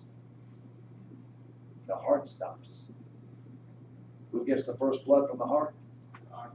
The heart. Because if the heart stops, nobody gets blood. Think about that. So the heart, look, you can go brain dead, you go heart dead, you're dead dead. Okay? So that's why we feed the heart, because this is what's pumping the blood. It's your business pumping the money. Got to keep it alive. Got to have you on budget. Otherwise, you spill blood on the floor. So this 2,500 left, I would tell you, depending on if this reserve has to be what? Come on, folks, stay with me. $3,000 a month to run your business. How many months of reserves should you have? 6. 6 times 3 is what? 18,000. 18,000. Let's say we only have 5,000 in reserve. What's this reserve have to be? 6 months. What? 6 months. 6 6 months of what? Of your expenses. 3,000. Therefore, it needs what? 18,000. Just so happens the budgets were the same, right? Let's say we have 10,000 here. What do you do with the $2,500? Put it to the business. Put it to the business. Which one's the biggest shortage? Business. Boom, put 2,500 right here. Now we're at 7,500, 10,000. These reserves keep filling until they hit what? 18. Until they hit the number. Assuming that your reserves are full, you paid your taxes, you got enough money to run your business, then you can start feeding the savings account. Yes, ma'am. I'm still confused about the tax part, because you said it goes up to Social Security tax, savings, operating, and reserve again. Right. Isn't that part of your business as well? You said put that in a The separate- business creates the tax liability, but the liability is personal as long as you have a sub-S, an LLP, and an LLC. They're what they call pass-through. They come through on a K-1. The businesses are not taxed. Those entities are not taxed. But the creation of profit creates liability for the business owner, and that's why the tax account is under your Social Security number, because that actually who owes the money to the government. So, for instance, if you have a business, you should not do the tax account under your business name, it should completely be a personal, like. Right. Good question. Thank you very much. All right, any questions on this or the first one? Yes, ma'am. Okay, so I wanted to be clear. When you get paid, it's gonna be going into your capital account. When John writes you a commission check from First Atlanta, it should be made payable to your corporation, and you should put it in your capital account. Okay, and then so the first disbursement would go to my tax account. That's correct. Then second would be my operating business account. That is correct. Then third would be my operating household account. That is correct. Okay, and then fourth is where I got lost. Would that go into the reserve business account until it is completely funded? And then you're You're gonna maintain both reserves. Okay. In this case, the reserve for business was much lower, so we propped it up totally. so they're basically fourth and fifth account respectively, depending on where they are. Fifth and sixth? Fifth and sixth. And then the last account would be the seventh, which is the savings. Correct. Thank you. You got it? Y'all got that? Yeah. Good Say it review. again. Thank you very much. You're welcome. Very much. Okay. So, happy to talk about that later, but I want to move forward to, we already talked about number 4. We said budget. You can't operate a business or personal life really without a written budget. So, a budget is for 2 reasons. A budget is to forecast your needs, projecting how much is it going to cost me to run something, me or not me. The principle is the same. And the second reason for the budget is to use as a disciplinary guideline to make sure the money you spend would go there goes there. That's it.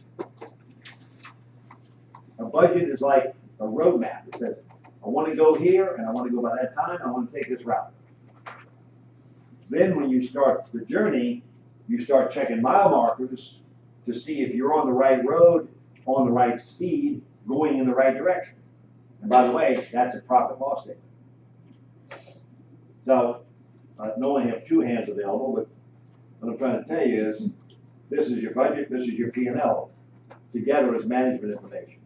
How many of you all have a budget without a P&L or a P&L without a budget? What do you do with it? Trey, what do you have? I have a budget, but I don't have a P&L. So you have a budget, how do you know whether you're in budget or not? I don't really, well, at the end of the, I don't really have all of it. Well, the manner in which you answered and what you answered explains a lot about what's going on. You know that. You got a budget, it's kind of cool. Right. Well, what do you do with it? Well, at the end of the month, I have my budget, and at the end of the month, I stay up under it. I know that. You stay under. Yeah. So you have some sort of reporting called P&L, that's the only way you know. Well, You look at the balance of the bank. Right. So At the beginning of the month, like, you know, a new month is about to start, I'll put X amount of dollars in the account based on my budget. Okay. And then at the end of the month, I look at it in the middle of the month, and I'm like, I have enough money and good. Okay. And I just make sure I don't go over the money that I have said that I'm gonna spend that month. Okay. Does your budget tell you what categories to spend the money? I have had a P&L in the past, and I've gotten away from it, so I understand the value of it. The value of it is what we do here, John, for the budget and a P&L. What's that? Tell me, explain what the business does. We have a process called transmittal where we look at our numbers every month, we compare it to the budget, and then we report it to the region and international, What do you look at every month to compare with the budget? the P&L. Line by line. Anybody in the staff here at the NLC must have watched this process go on.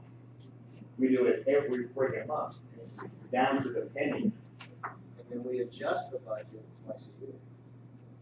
based on a forecast, real world, things have changed, you know, internet went up or whatever, you know, rent's going up, you know, some things you don't have control over.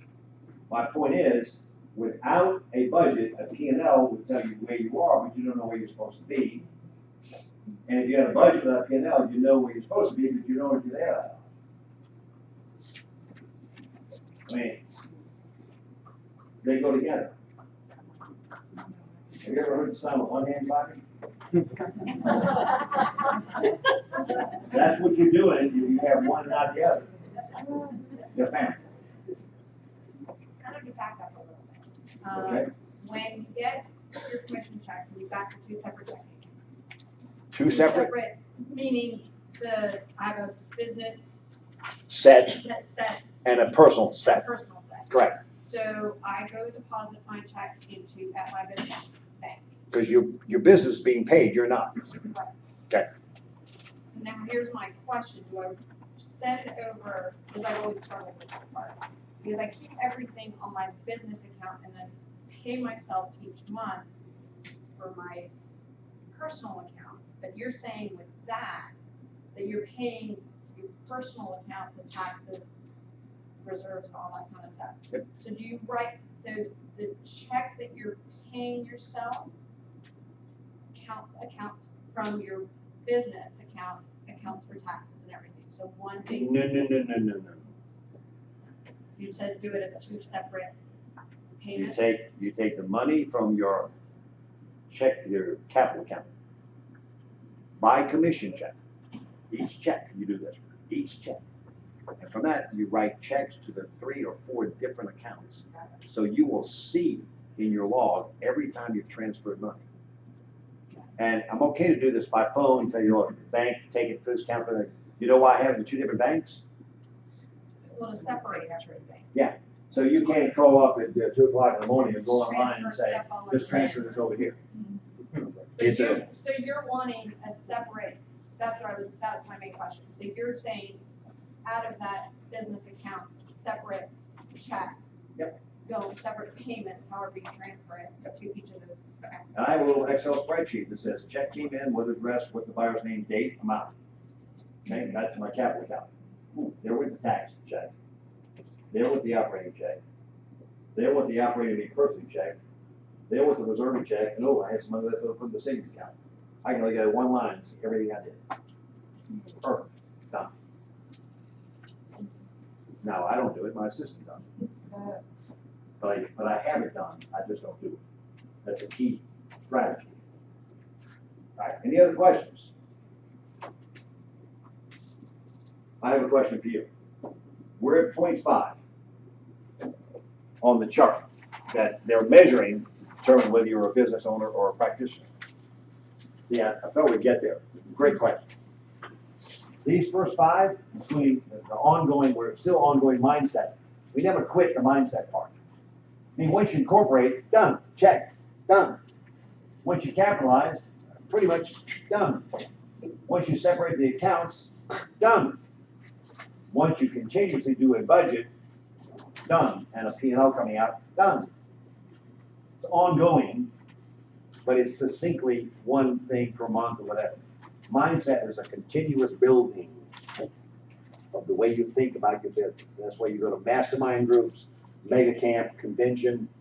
You have your own mastermind. Who's a member of an Atlanta-based mastermind group? Would you stand up for a second? Thank you. Describe your group. And how many people in it?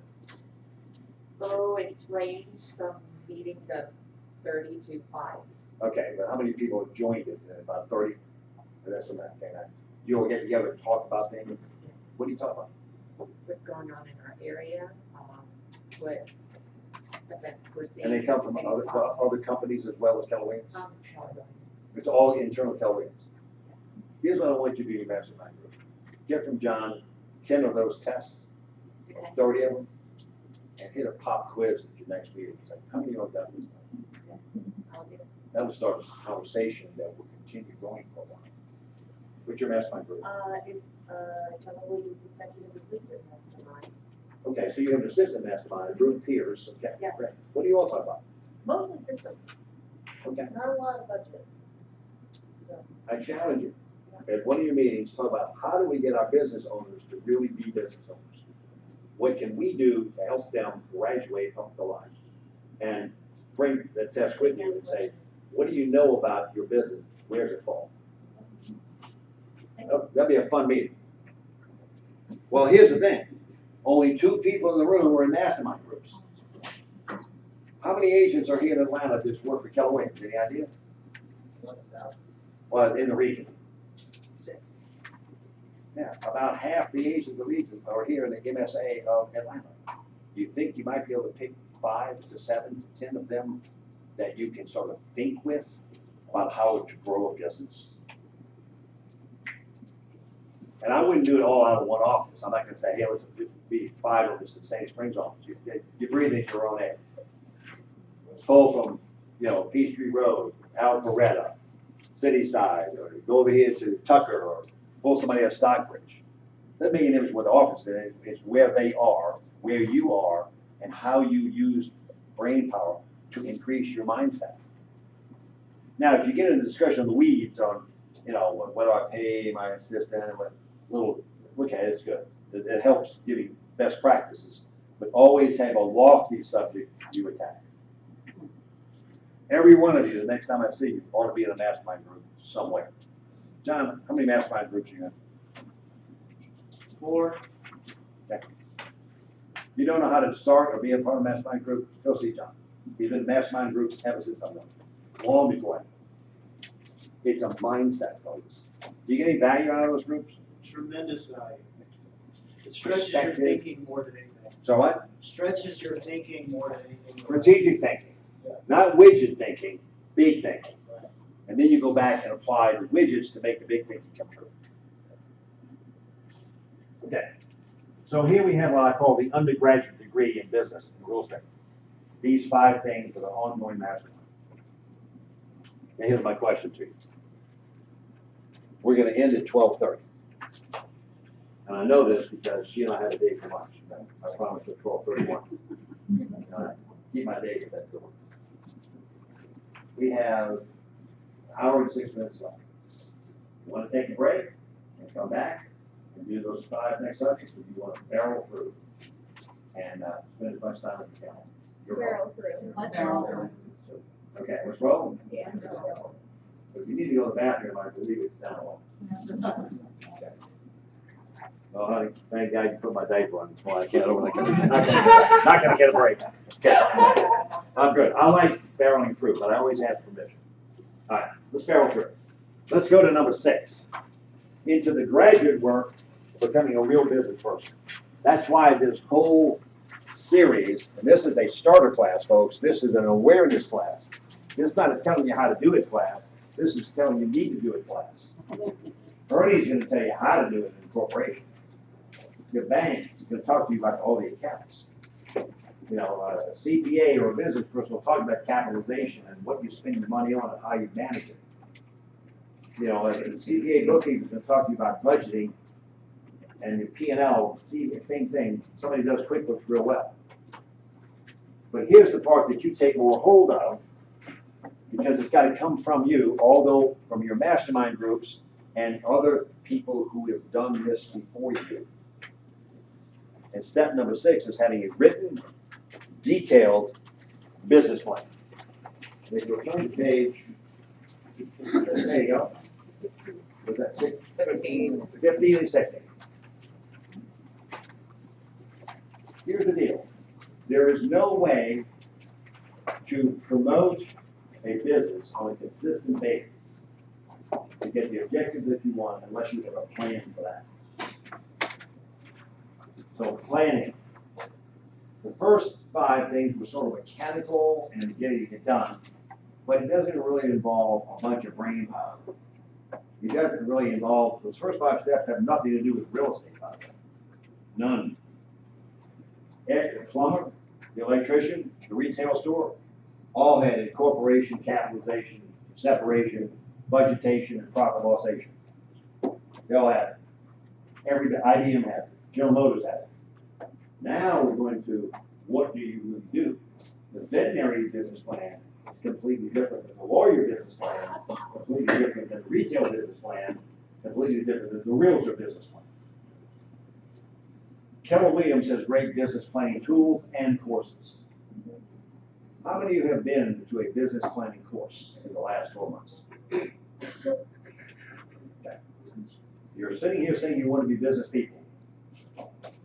You haven't taken a course that your company has for you. That tells me your mindset either just evolved this morning or when you signed up for this class last week or week before last.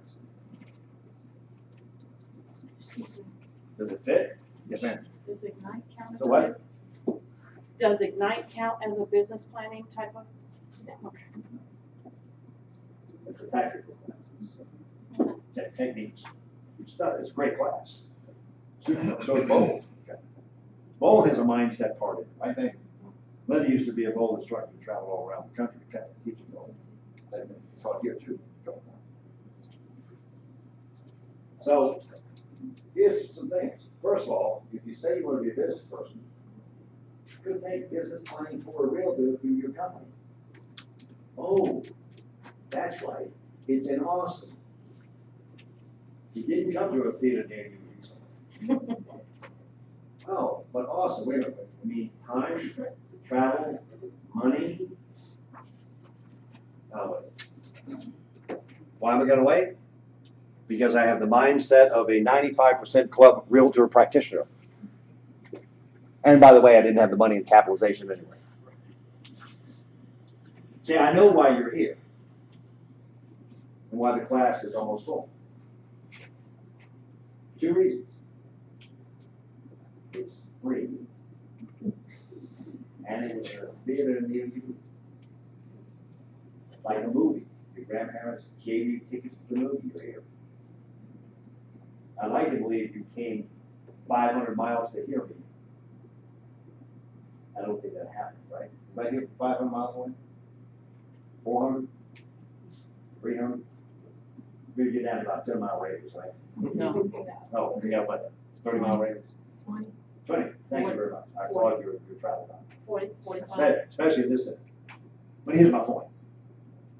You say you want this course. If I were charging $500 for it and I was teaching in Chicago one time a year, how many of you all would be there?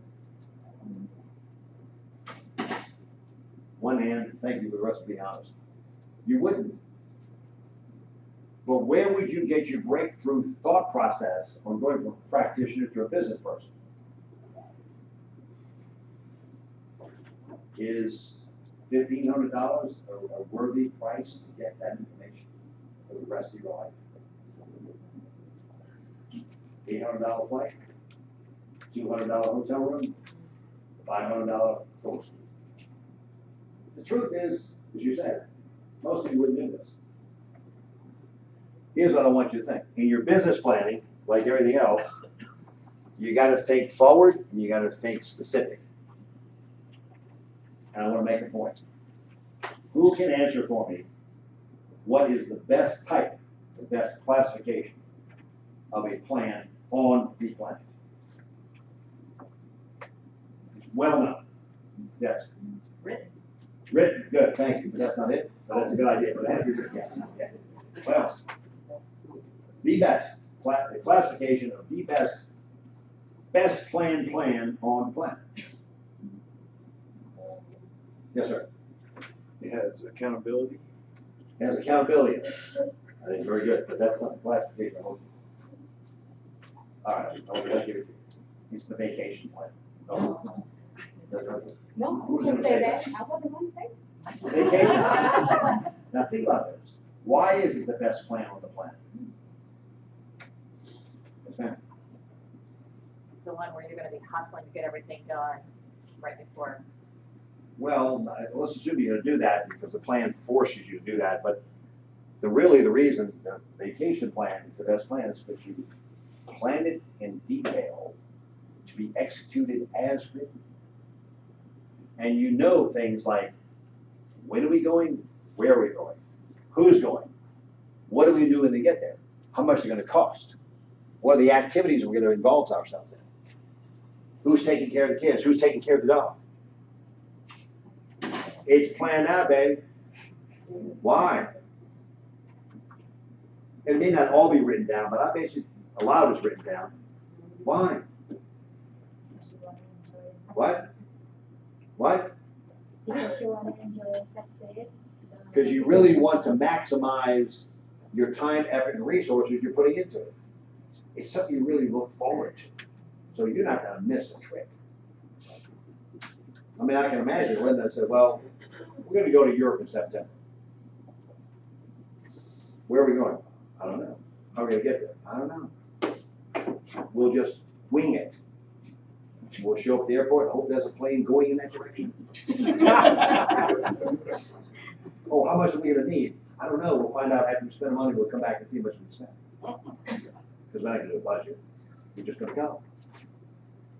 And oh, we didn't realize that all this stuff was happening because we didn't research it. So we were over there, and in the next city, this fabulous thing was happening, but we did not know because we didn't plan, research, do anything about it. That's all off the seat of pants, and that's how we run our businesses. Whether it's a business or a practice, in many cases, that's how you're running your world. So when it comes to vacation, all things stop. Earth stops spinning. Sun stays high in the sky. And we do a vacation plan to the team.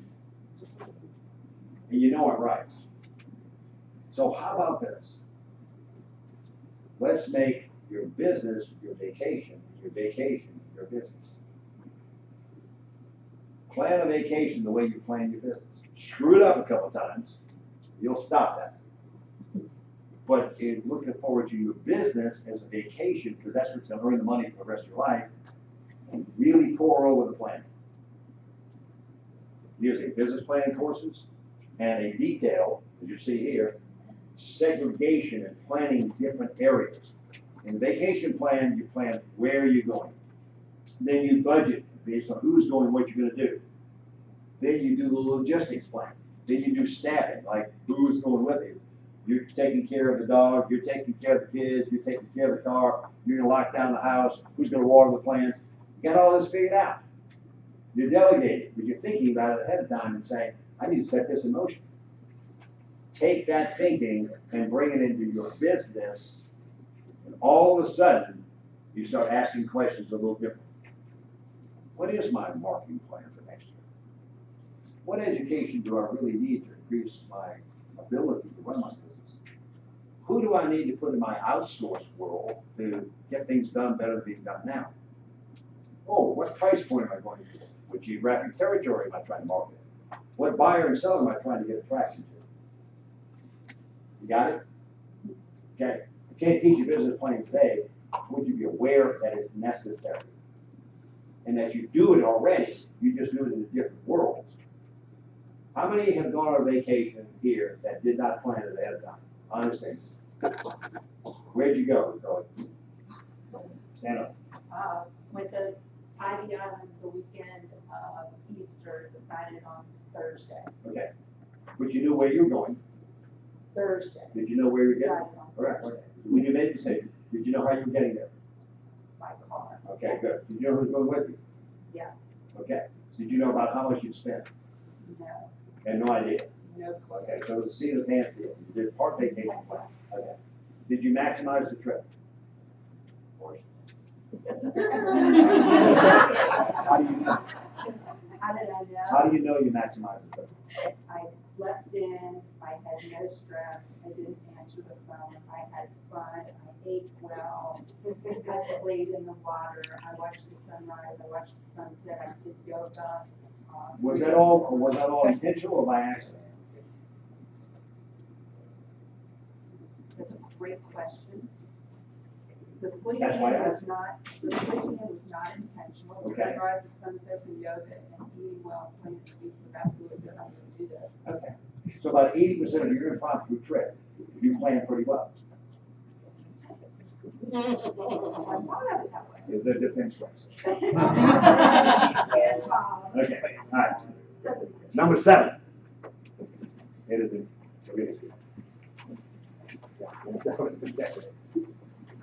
Once you have a plan, the only way to efficiently and effectively execute it is through the use of systems. Why? Because most of the stuff you do is repetitive.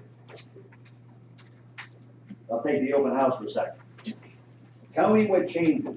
You got all these open houses for the rest of your career. What changes from one open house to the other? Yes, sir. The address. What else changes? That's material to you. Oh, of course. Yeah. The location, the seller. But in holding an open house, there's the main. What if the seller owned all the houses you're going to open for the rest of your life, and the rest, or all of the houses had an individual different seller for the rest of your life? Would you do it differently? Yes, sir. Yeah, the preparation for that open house. It depends on the seller Yes. or who they The are. location, But wait a minute, the house, the location of the house, not the seller. the seller. So if Linda and I own the house, you prepare differently than if John owns the house. Possibly, because it might be during my listing presentation what they are looking for out of me as an agent. So in other words, they're gonna tell you how to do the open house as opposed to you telling them how you do an open house and be very effective in selling it. I probably have a conversation up front with them. And then perhaps they told me that they're after this, so that I would have to make a business decision whether I want to take this listing if they're Oh, expecting. if you want to it or take the not. listing, I got that. But once you got the listing, does the open house change based on the seller's personality, statute, wealth, travel plans, number of kids? Does it? No. Or the nuances? Yes, that's your point. I got that. But truthfully, can't you design an open house system? If you hold 1,000 open houses in a 20-year career, which is the average, by the way, of the people that are successful in this industry. Will you repeat that? 1,000 open houses in a 20-year career is the average of the professional realtor in the associated realtor. Yeah, about 50 a year. That doesn't mean they hold them. It means they can help. Okay. Got a buyer. as a buyer agent parked, you know, showing you parked in that, or other agents, do me a favor, hold this house open. You can't go to leave, just get my house open. Point is, after about the fifth open house, don't you think you got to kind of nail down? So why do you have to regenerate the next 950 open houses? Why don't you just have a checklist and a system that says this is how we do it? Oh, and by the way, the seller's Smith, not Brown. And here's the address. Look, we do this every time. Contract to closing, don't we pretty much do that same way every time? Financing contingency, appraisal, inspection, closing documents, wiring of funds. The attorney, it's a system. You don't need closing attorneys have a system. They do with all kinds of agents, all kinds of buyers and sellers, all kinds of lenders, but there's a system that says, this is pretty much what we do. Now, Wells Fargo might want it done this way, when Chase wants it done this way, but in the end, there's a note, there's a mortgage, there's a check, there's a wiring of funds. Hello? So if you ever plan to have any volume in your world, in your business plan that says, I want to do this not 10 times a year, but 100 times a year, how do you plan to do it if you have to think it through each and every? Let me tell you what, folks, in my 25 years sitting at the desk where John is now, sometimes I'll be in the office on Saturday or Sunday, you know, catch up with something, and 17-year bad agents come screaming in, 10 minutes through the open house to find out where is the key to that property. Or, gee, I forgot my toilet or something. Or, you know, I meant to bring this with me, but I got it. And they land in there, no pen, no notebook, no business cards, and they want to know why their open house is not working. Because they slid right in, it's kind of like Seinfeld, Kramer. I'm doing it open house. And this is 17 years in the business. Really? Number 8. To make systems work, you need to have talented people doing that. And remember this, if you do not have an assistant, you are wrong. How many of you in this room do not have a full-time EA? True. So that means you're doing all the work, right? Now, do you think Linda and I would be able to go spend a month in St. Bart's on a real estate research mission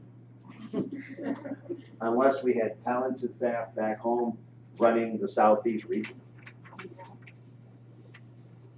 No. Mindset. I would say 2 things you do right away.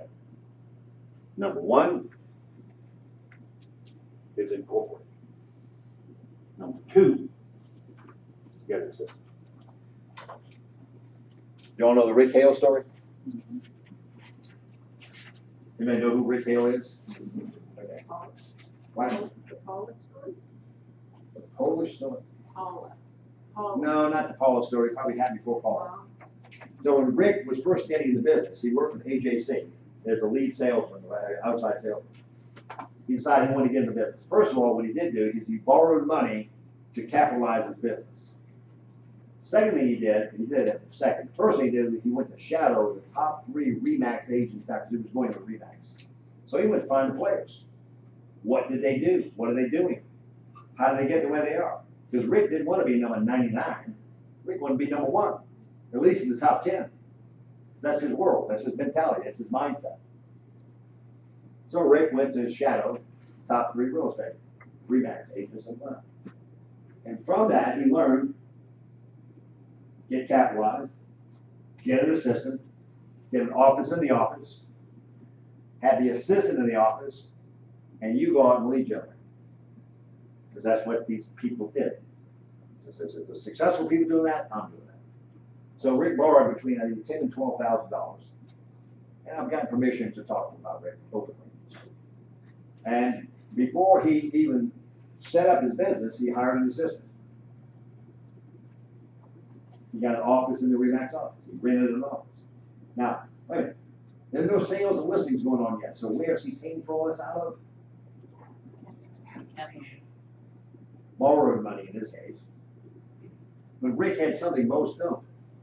Rick had confidence in Rick. That's important. Comes with mindset, confidence. I'm gonna pay this back. There's no chance in hell I won't succeed. Because I'm gonna do it by the people who have succeeded.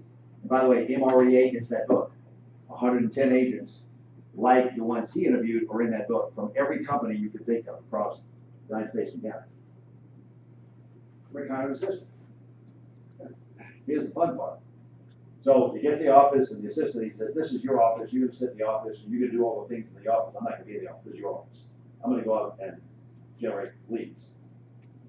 She said, well, Rick, tell me, what do I do? He says, I don't know. Go to these other agents and learn from their assistants what they do. He says, and by the way, if I show up in this office without a file folder that has a buyer in it or a listing in it, you tell me to get out of here and go back to the street and get some business for both of us. So because this is not my office, this is your office. It's mindset, folks. It's a different way of looking at things. How many of you all pull that off? Well, guess where Rick is today? With the top agent in Atlanta for a long time. And he owns and runs 6 Keller Williams franchises. As a team, it's still working. Went all through the crash, we did all the stuff, the way the ship said it. That's Rick. And on weekends, he plays in the band, has a great time. Point made. You cannot do everything yourself. If that's how you think, you will always be a practitioner. And here's what I hear. And Linda's heard this 1,000 times because she also was a math coach for many years. When I get enough money, I'll get an assistant. Maybe you don't have enough money because you don't have an assistant.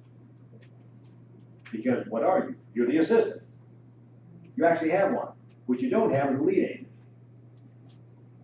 Oh, you do that nights and weekends. You're assistant during the day, right? Is that something that works? You have the split personality that flips back and forth between a DI type of person to an SE type of person, and you hate this part of it anyway? Yeah, but I don't have the money, Bob. I said, I know, and dear, you probably won't.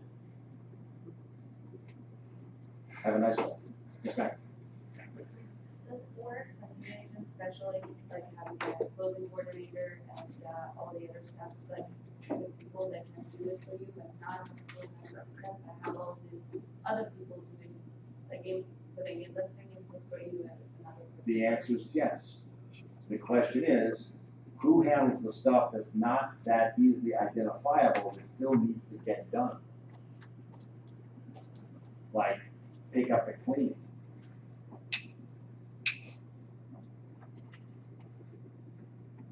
That means you gotta stop what you're doing and you gotta do it on the way home.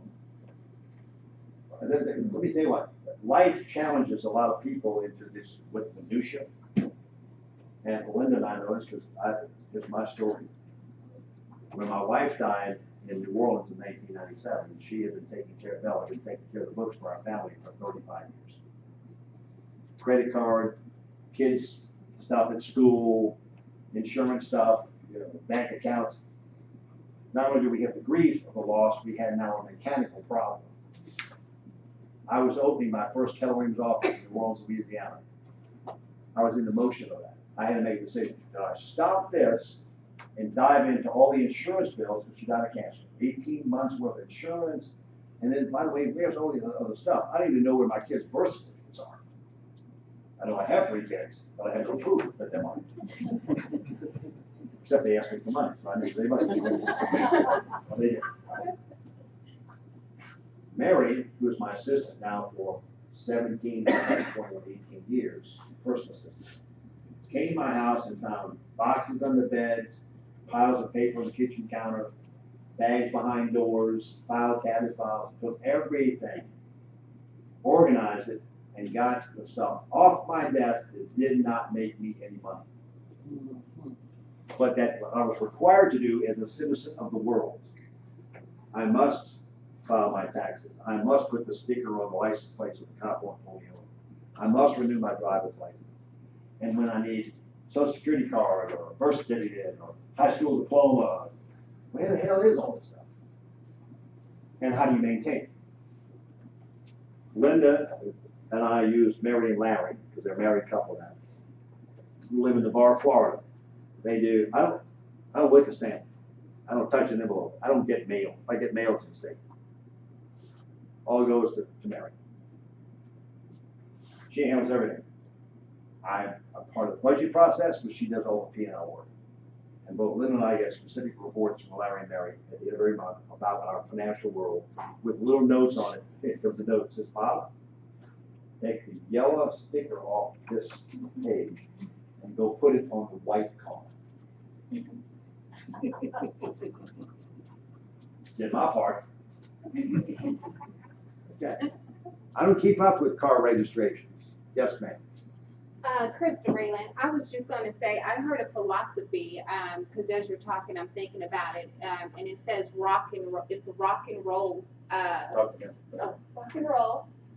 philosophy, and what does rock and roll stand for here? well, you're the rock. You run your business. Legion is the rock. The roll is equally important. That's the staff that you hire. Right. So rock and roll in real estate. The yin and yang. The yin and yang. Yeah, it is.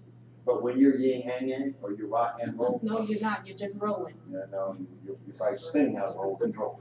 All right.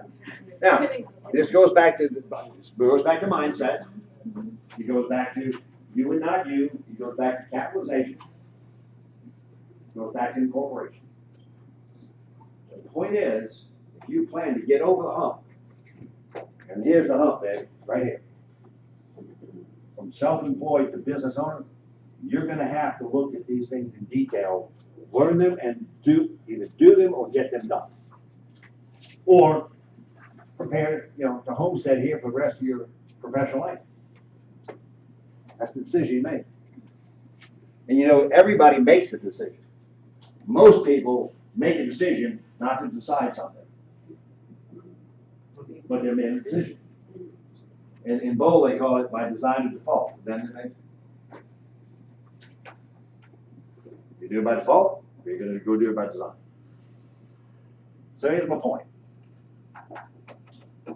We got the basics. Now we're going to plan. Where is this thing going? Where is my business going on vacation? Then we have systems. What systems are we going to use to implement the plan? I wrote in the systems about 10 systems for you, the names of them. A real estate agent business needs about 25 systems to really operate on point. I would love it if John would lead, or somebody leads this. Curly, you can do it. Idea, you can do this as well too. A systems planning day. You take your top 25 business thinkers in the office that volunteer and assign them to go design or steal a system of this type. Contract to close, open house, listing presentation, lead generation, lead management, data, I don't care what they are. There's 25 of them. And that one agent goes out and finds within the network of Keller Williams worldwide the best system by that title. Comes back, Atlantaizes it, Kellerizes it, and then makes 25 copies of it. And then you come to this room, and all 25 people put their pile of paper down, and they go pick up the other 24. They walk out the door with 25 systems. Did y'all do that? Yeah. See, that's misery loves company. It takes a village. But why do we think of that? Because that's a system for getting systems done. Started with a plan, started with strategic thinking, came out of a mastermind group. And you can do that with a budget. You can do that with a P&L.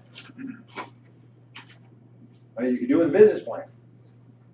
Hell, don't go to class, just go steal a good one. Oh, you know where you find the people that have the good one? In class. I guess you're back in class. Or at Mega Camp, or at Mastermind, or at convention. Or you went to a class and met these people with the purpose of getting this into your portfolio. the last two things we talked about, actually, the last question was a trick question. You know, can the business fire you? Here's the real question.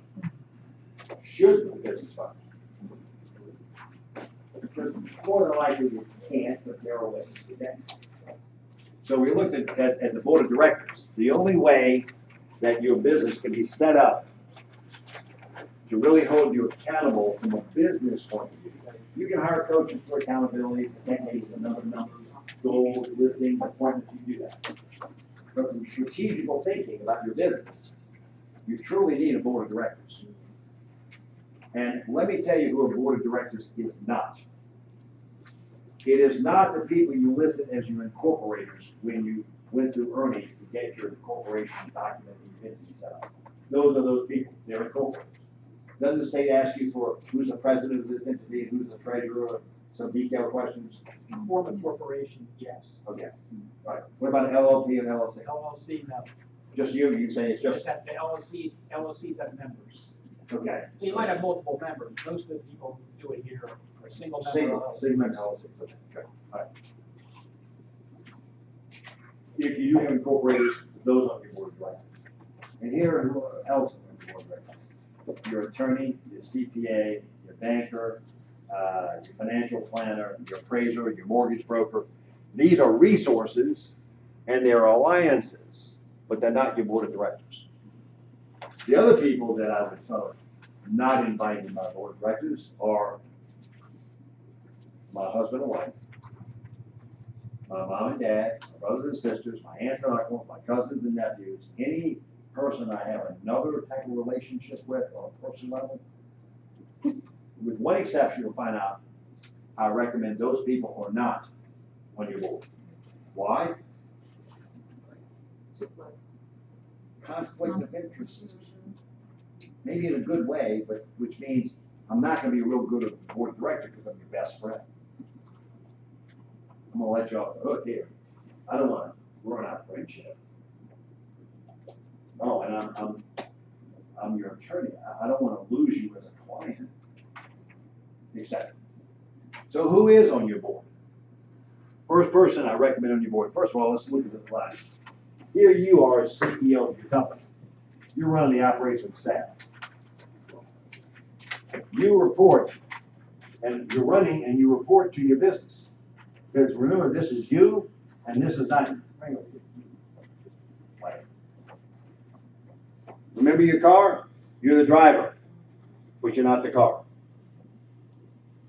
Here, you are the operator, but you're not the business. So the board is a board for the business. It's not a board about you. Just have you run it. First person, I believe, should be on your board. This is a model, but it had to be strict, but this one right here is your TL, your team leader. And John, can I be you for a second? Yeah. Okay. You come to me out of this office and say, hey, Bob, you talk to John, I want you to be in my board. And he gets approached by 37 people after this class. Here's John's answer, which should be good for both of you. Protect his time, your time, and the market center operation. I'll be honored to be on your board, Sally. When you show me you've done the first 5 things out of Bob's class correctly, completely, and consistently for the next 3 months, I'll be on your board. Out of 37 people, 5 will be class. The way it goes. So then the reason the team leader on your board is because the team leader is your director of resources, your connection to the KW world, within the office and within the region and the company. And it's an accountability. You are paying through your cap for this service, but you only get it. And that gives you the right to join the club.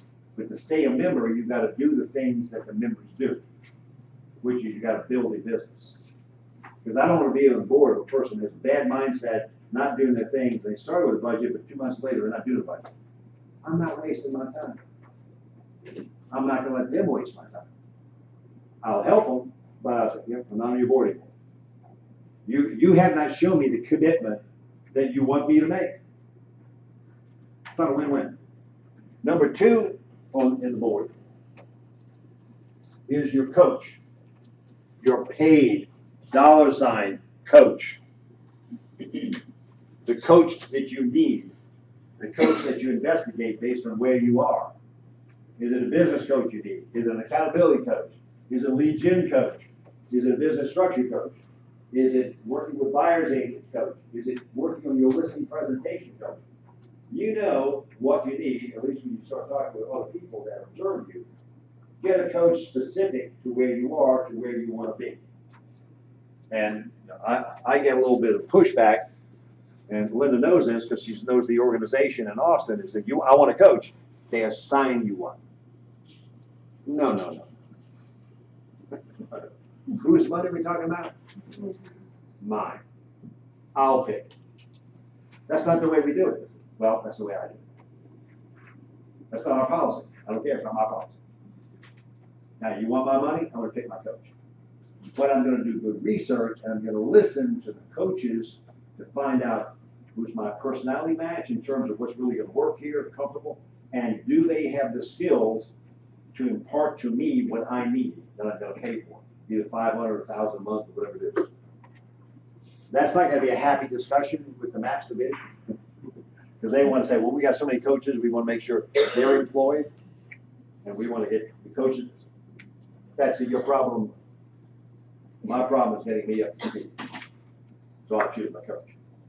And I'll say this too, you can quote me, because I'm retired. And I've broken wing. If they won't work with me, go find a coach in a different organization that you want to play ball with that does things the way you need. Say, Maps, I give you your first choice. If I go to your primary lender, you don't have the loan I want. I'm going to my secondary lender. I love you, but I'm over here. Because it's my needs I'm filling, not yours. Third person, and why is it a paid coach? I've talked to so many people who said, yeah, I have a coach, but they're doing it for free. I said, really? Oh, okay. That sounds like, who are they? Well, it's this guy down the block that has his own business. Really? How consistent are both you all on this? Well, we don't always meet because he's got some scheduling conflicts. In other words, you're going the cheap route, and you're not getting the value of coaching, and you think you're getting a value because it's free, but here's what I do know. You may not always get what you pay for, but you'll never get what you don't pay for. You will never get what you don't pay for. Seek wise counsel and pay for it. Third person is a mentor. And how do we describe mentor? A mentor is someone that is doing what you want to be doing at the next level up from where you are now doing it, that has already done it, mastered it, that can help you go from ground to 30,000 feet, helping you along the way. That's a good mentor. So, John, I assume we have the 7-level charts up here somewhere. Back here. 7-level chart. You all familiar with this chart? 7 levels of agent business, individual through 7-level business. We figure out very quickly that when you're the team leader, your coach, what level am I? Solidly look like. I look like a 3, but maybe I'm really a 2.5. So I'm a 2.5. I want somebody that's a 4 or 5 to be my mentor. Oh, by the way, where do you find mentors? In your office is one spot. Mega camp, everybody. Hello. Same song we were singing before. Because all the good people go there. Why do they go there? Because they have a mindset that that's important. And they pay to go. So it's a self-filtering program, folks. You know, you're going to meet flowers at mega camp, not the weeds. And in the real estate industry, there's a lot of weeds. And some of them really look good, too. And they're very friendly. And they want to help drive you in the wrong direction. Be careful. Pick coach carefully, pick mentor carefully. Fourth person on your board of directors is your peer partner, your PP, peer partner. It's somebody, could be right in this office, who is the same place you are, with the same type of goals, same drive, same initiative that they want to get somewhere. And you sort of partner up with them to help each other get there. It's a little bit, misery loves company. When you're down, I'm up. When I'm up, when I'm down, you're up. But we establish a rhythm of each other saying, you're doing your job, I'm doing my job. No, I don't think you're doing your job. I don't think you're doing your job either. Let's get better with this one. And I had a peer partner at the gym. Maybe I was showing up more. Try and stop smoking by yourself. If you want to get up and walk every morning at 7 o'clock in Atlanta, rain, shine, sun, whatever it is, by yourself, you allow slippage. Yes, ma'am. Do you recommend the peer partner being someone in our industry or in a different industry, or doesn't it? Could be either. Really could be either. Sometimes I think it's best outside the industry because if we don't talk real estate, we talk activities towards productivity, which creates results that we say we want. David Osborne, one of my best friends, and a lot of people know David Osborne, is probably one of the best, smartest guys I've ever met.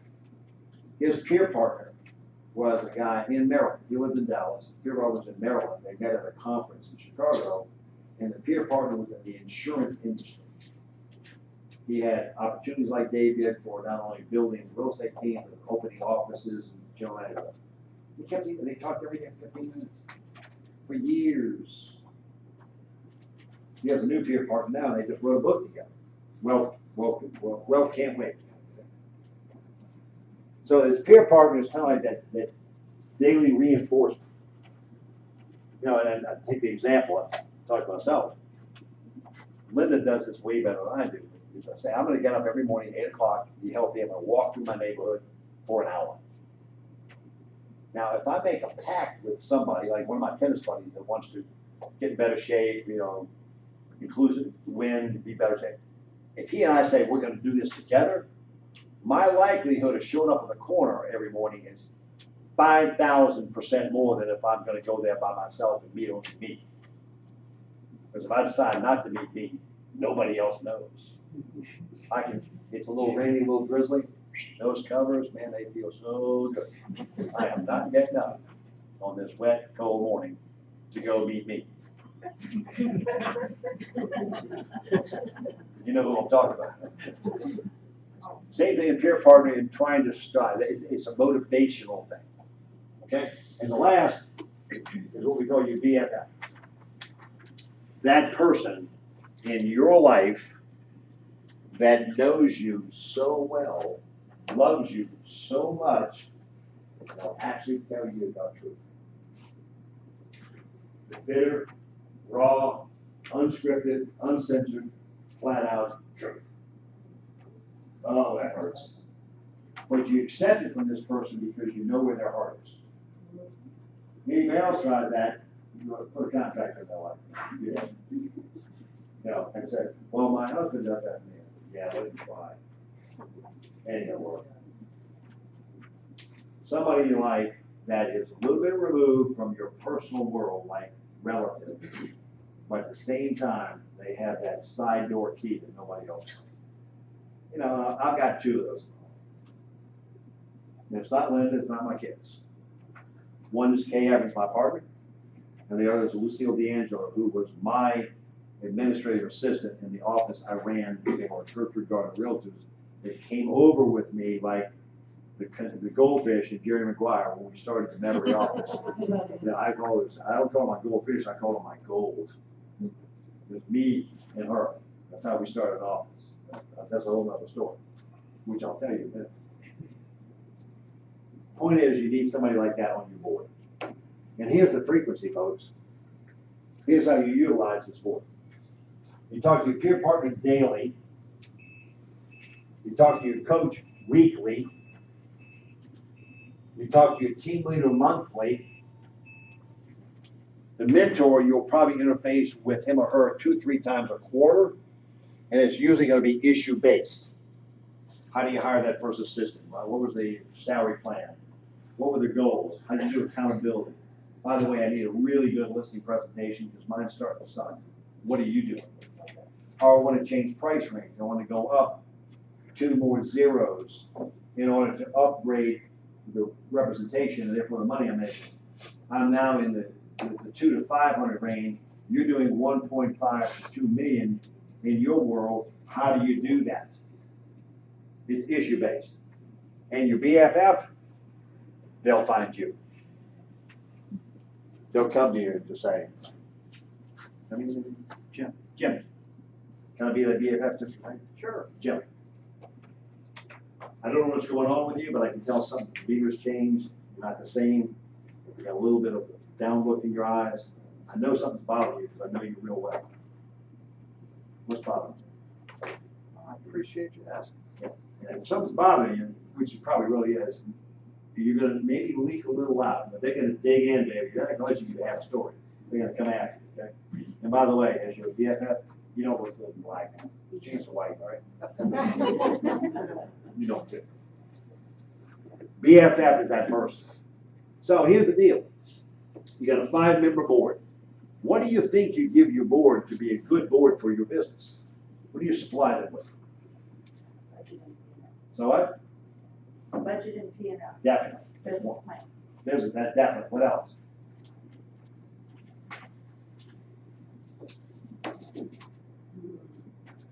How about what? Everything we've just mentioned. I mean, you give them all access. You give them all access, but you're mainly going to keep them current on what are your goals, what are your results, what's your budget, what's your P&L, what's your business plan. Those 5 things. Repeat that, please. Now, in your business plan, all those things should be there. Your goals, your results. I was going to take 17 listings this quarter. I got 13. I was trying to do average price point of, 354,000. Average price point turned out to be 278,000. You give them the stats. What you planned, what you did. Budget, that's financial. What you planned, P&L, what you did. The business plan is the overall, and your staffing. Number 6. Here's who is employed by my company.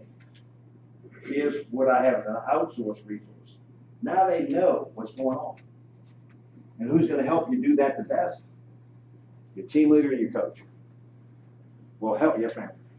So basically, you're giving them the 4 models out of the MREA, the economic model, the lead generation, the budget model, the organization model. Yeah, plus your business plan, plus your goals and results, your scorecard. Your scorecard. What are you measured on? You measured on listings, sales, closings, GCI, income, profitability. Right. So, we're talking on a quarterly basis. You meet with all 5 by teleconference or video conference or whatever you have. The more personal, the better. But your people all have this in advance. Close of the quarter, you send all the stuff. A week later or so, you have a board meeting telephonic. Quarter. You really get your mindset set. You're really big league, not necessarily making all the money, but big league.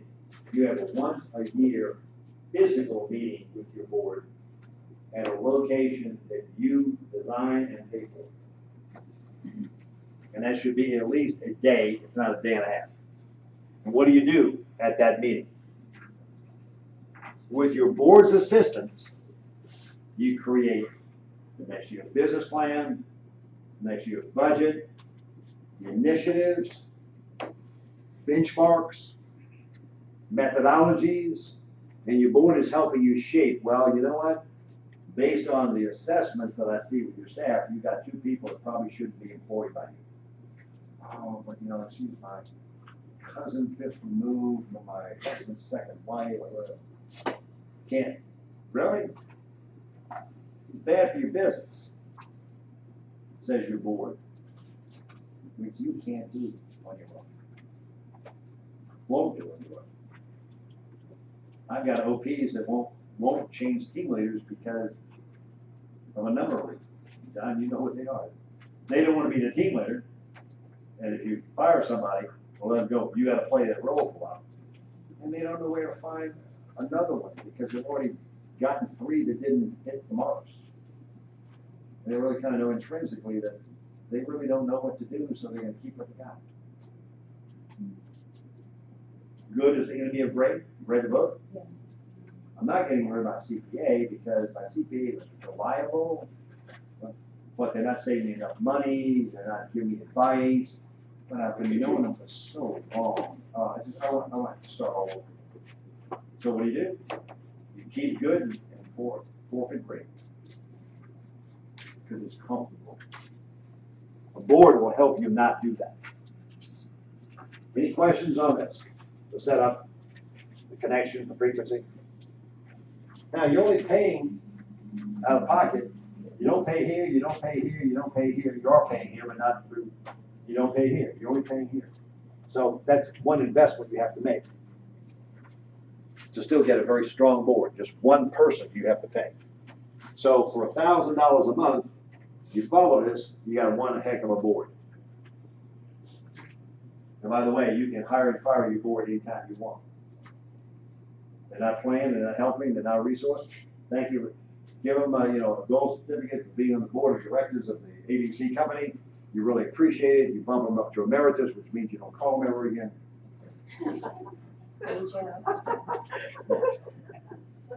You don't have to say you're fired. Just say thank you for your service.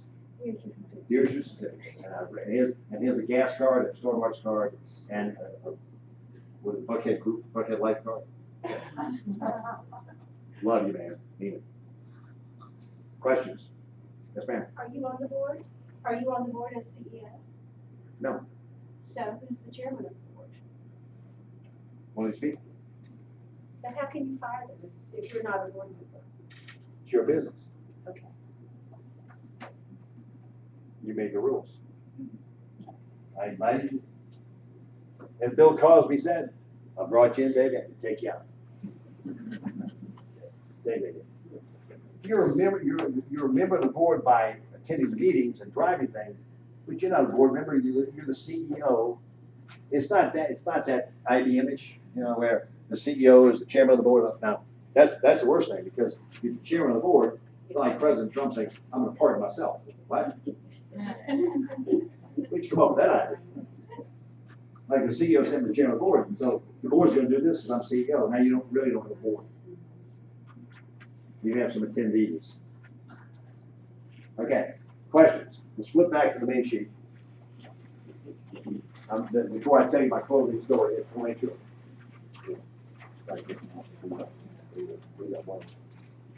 Are there any questions you have, comments, clarifications? Believe me, you're letting down the people around you if you do not ask or make this comment. That as we went through these, and some we went through fast, that you need a little bit more information on because the 10 people around you are probably saying, please get this guy to explain that again. Yes, sir. Please help me clarify the thoughts on banking. Okay. As I have functioned separately as an LLC and an individual for a number of years, I have always taken my income to the business. My business has then paid me.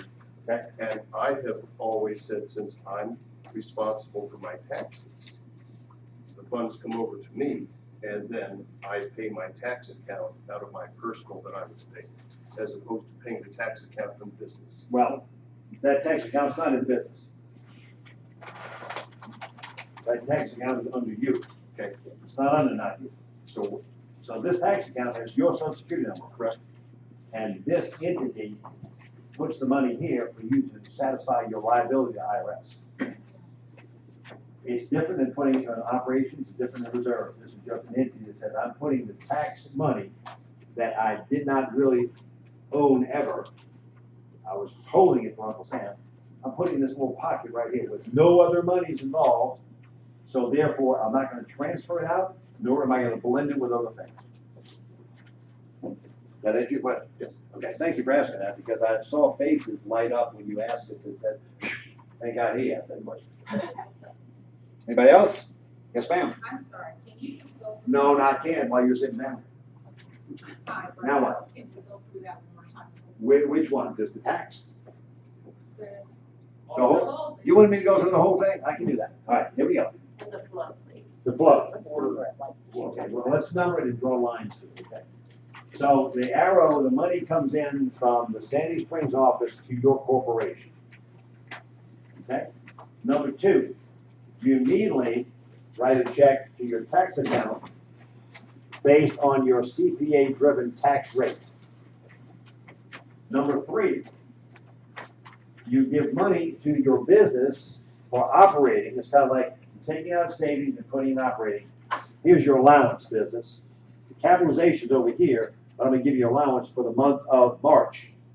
Well, how much? Based on budget, based on budget. We put the money in operating. Number four, we went to the operating of you personally, because you have to maintain expenses load in your life. Where will the funds come from? They will come from your business. Now, some of you get advice, and this is okay, to set up a payroll account, pay yourself a certain amount every month. Good, that works for you, it's no problem. It's different than what I would say, but it's not wrong. It's just different. Number 5 and 6, we disperse to the 2 reserve accounts. In this case, we only did 1, but you do it to bring the reserves up. And if the money is left over from this check, you put number 7 goes to savings. And let me say this first, and I'll take your question. You keep doing the reserves until the reserves are full. Once the reserves are full, you're not distributing more money to reserves, you're bypassing reserves and going straight to savings. Yes, ma'am. So maybe that just answered your question. I also fund a SEP Good. account. Where do you fund it out? Where do you fund it out? Well, that's a good question. So What's I a don't SEP? For the have- people that don't know, what's a SEP? SEP is like your personal 401k. What does SEP stand for? I have no idea. Self-employed pension fund. Yes, that. Okay? Um, So what, wait a minute, you're gonna get with your financial planner, seek wise counsel, Yep, and they're gonna tell you by which you pay, out of what account, you or your business for the SEP. Because it's the SEP, it's the self-employed, he may or she may want you to pay it from your personal world, out of your savings, as opposed to your business world, out of your operating account. that's So, what I have to find out. seek is- wise counsel. Yeah, so that's where I have to find out. Absolutely. Okay. Because I I just- haven't done it yet right, for this, I okay. just set it up for this year, so that's what I'm trying to. I'm going through this right now with a CPA here in Atlanta. I've got a CPA back in New Orleans who's my sort of company. Dan Lucas says, here's a conservation investment, Bob, to save taxes. I'm talking to my CPA. Does it come out of RHK Enterprises? Does it come out of Bob Kilinski? Does it come out of the trust, the Kilinski Family Trust? So Dan and Charlie are getting together saying, what is the tax-proof best optimum method, get the benefits, and still comply with federal law? I didn't make that decision. As smart as I am, I sought wise counsel. Because I don't know about this. But that's because I have a financial planner, who happens to be my son. He's now throwing all these ideas in front of me. He said, Dad, you can do this to lower your tax bill from this to this legally, and you don't have to take so many trips anymore to write off stuff in state parks. And I got vetoed. So I think we're doing both. I think I got the signal. We're doing both those things. The otherwise counsel said we're traveling. Right there. Does this explain? Does that help? Good. Going once, going twice. Questions, comments, clarifications? Yes, sir. I got one other question about, under capitalize, you had not you said to do 5 things, office in the office.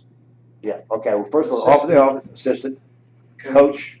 Training was Training. 5. What was 4, I guess? Well, resources. Whatever resources you need. New clothes, new car, a lease car, something to give you the statute and framework and mindset of a business person. Look, I'm telling you, some of the clothes I see realtors show up in these days to do open houses, make listing presentations, just even come in the office. Holy cow. Where, who taught them? I mean, it's cool if you're going to the gym or going to the nightclub or, you know, or hanging out with your mom and dad, or going to lunch with your best friend, but, you know, business world, really? But, you know, I'm an old guy. I'm not a millennial. Yes. Could you touch on? Well, what's funny is because her son, when we went to Medellin, Colombia, and I was going to his office in downtown Medellin, Colombia, and talked to Dax, I said, what are they? He says, California startup. It's the clothes that the kids wear that are starting at the tech companies in California, in Silicon Valley. I had to go out and buy clothes. I had to get California startup. I had to get Birkenstocks and, you know, like flat front pants and, you know, and this sort of weavy pattern where, you know, stripes and plains. And I had to go get anything but flowers, but get checking patterns and stuff. Comb my hair differently, and I came in as a California startup guy. Get right in. All right, sorry. It was a question. Yes, sir. Could you touch on that list again that Jim just asked about? Yes. Capitalization is used for, number one, office in the office. Number two, your first EA, assistant. Your real estate or personal real estate assistant. Number three, training. Go get it. Out of your zip code. Pay for it. It's what you need. I mean, Lynn and I go to movies all the time. And we're guilty of this. We go to Merchants Walk, which is right in our house. If the movie's there, we'll go see it. We seldom search out, what movie do we want to see? Oh, it's playing in Smyrna. We'll wait till it comes to Merchants Walk. Well, we must not want to see the movie pretty bad. It make a difference. I'm telling you, drop that. Go to Chicago, Austin, Dallas, Miami, Orlando, Nashville, to get the training you need to make your career go up the line. A coach. And what I call resources. Business resources. The right car, the right clothes, the right computer, the right phone. All the things that your toolkit. You know, if a carpenter showed up to your house to do work and came in with a pair of scissors, what do you think is a little odd? What do you want to see? A tool belt with a hammer, and a bigger hammer, and a bag of nails, and stuff that carpenters use? They look professional, and a little t-shirt that says ABC Carpentry, and he's wearing clothes that look like he knows what he's doing, and he cares about your environment, as opposed to the guys that, oh man, I gotta go to Home Depot to get some stuff. I don't have any tools. You're not coming back here. You got tools already. Get out. Those are the 5 things that require capitalization. And then the game is, if it's going to take you 6 months to ramp up, how much does this cost? How much does this cost? What do you need to do here? Who do you travel? How much does this cost? And what is your estimate of that? That's what you capitalize with. Plus a little more to make sure that unforeseen things that you haven't thought of, you can fund. Yes, ma'am. Like marketing tools. Yes. So, where does like office fees and, you know, just like your realtor fees a year and everything, is that part of operating? That's part of your business operating. Right. Just like your mortgage, your rent is personal operating. Yeah. Thanks. Great question. Anybody else? Yes, sir. Chad. Hi. So let me pose a hypothetical. Please. So let's just say you're in a partnership or you work with other people. So you got one that's who wants the office, the EAs, all the other things. You got the other says, let's be conservative. Let's wait till we have the money. Let's capitalize some more before we do stuff. Mm-hmm. So how do you find that balance? You don't. You get out of that partnership. Which one do you do? Which one do you think you should do? Well, I'm teaching this class the way I would do it. What do you think I'd answer your question? Well, you just say, get out there. That was the answer. You got it. I've seen many partnerships that don't work, but they try and make them work. I'm okay with compromising. I'm not okay with settling. It's a big deal. Hold on to class. Okay, folks. Go back to the board of directors. All right, let me tell you my ending story for this 27. One last question, right here. Okay, so. But you're gonna stand up and ask. Okay, so you gave an explanation for the S and the B, and I apologize, but what is the E and the I stand E for? is for employed Okay, by somebody else, like a staff member of a company. okay, And I is for investor, which means you stop doing everything, you're just investing in businesses, real estate, you know. thank you. Yeah, thanks for asking. Read the book Cash Flow Requirement, and all this comes clear. But I don't have time to give you the whole book, but I do have time to give you this. So let's look at the board. What was the last question on the test? What's the question? And the What's business the fire question? you for Read the question. non-performance. Business fire you. And the business fire you. That was the question on the test. We amended it to, since you're kind of unique, it's should the business fire you? In other words, and how do you know? All right. Well, let me tell you my story. I tell you from New Orleans. I tell you that my wife died of cancer. I was starting my first Keller Williams office. I was the operating partner of the Metairie Market Center franchise in Metairie, Louisiana, which is the Sandy Springs of New Orleans. We're Market Center 110. And so I went out and got 4 investors. Bob and 4 others. 2 attorneys, 1 commercial broker, and part of the region people that were working with me. So I had 4 partners. Each one of them had 4 partners, myself and 1. But I'm the operating partner, which means I'm the lead guy. I'm in charge. In this case, I'm Gene Rawls, right? Formerly Sherman, I'm Gene Rawls, I'm the OP. At the same time, I was also the team leader. I would help John's position, which I was not supposed to do. But, you know, it started with a little scarcity and it's still my show. And I was the smartest guy there, so I said, I'm going to be I showed you how smart I was. Okay. Finally, replaced myself as team leader, so I'm now the OP. I have a team leader like John, and we got a full staff. And the operation is off and running. It was a rocky takeoff. And what you don't know is Mo Anderson, the president, put me on a panel for 2 years. And the reason I was on the panel, the subject of the panel was how not to launch a Keller Williams market. I did it the Bob way, okay? The egotistic way. But I am the OP now, and I'm starting to travel to Atlanta. Kay and I formed a partnership. We're getting ready to open our first office here. My focus is now on, wow, this region thing. My office has been running okay back in New Orleans. I go back and forth, and Linda knows this. I was traveling back and forth for a couple of years. So I finally moved to East Coast. So we moved to East Coast together. So when I'm carrying the title of OP, team leader's back around the office, and I get this call on Monday. And the call I get is from one of my partners.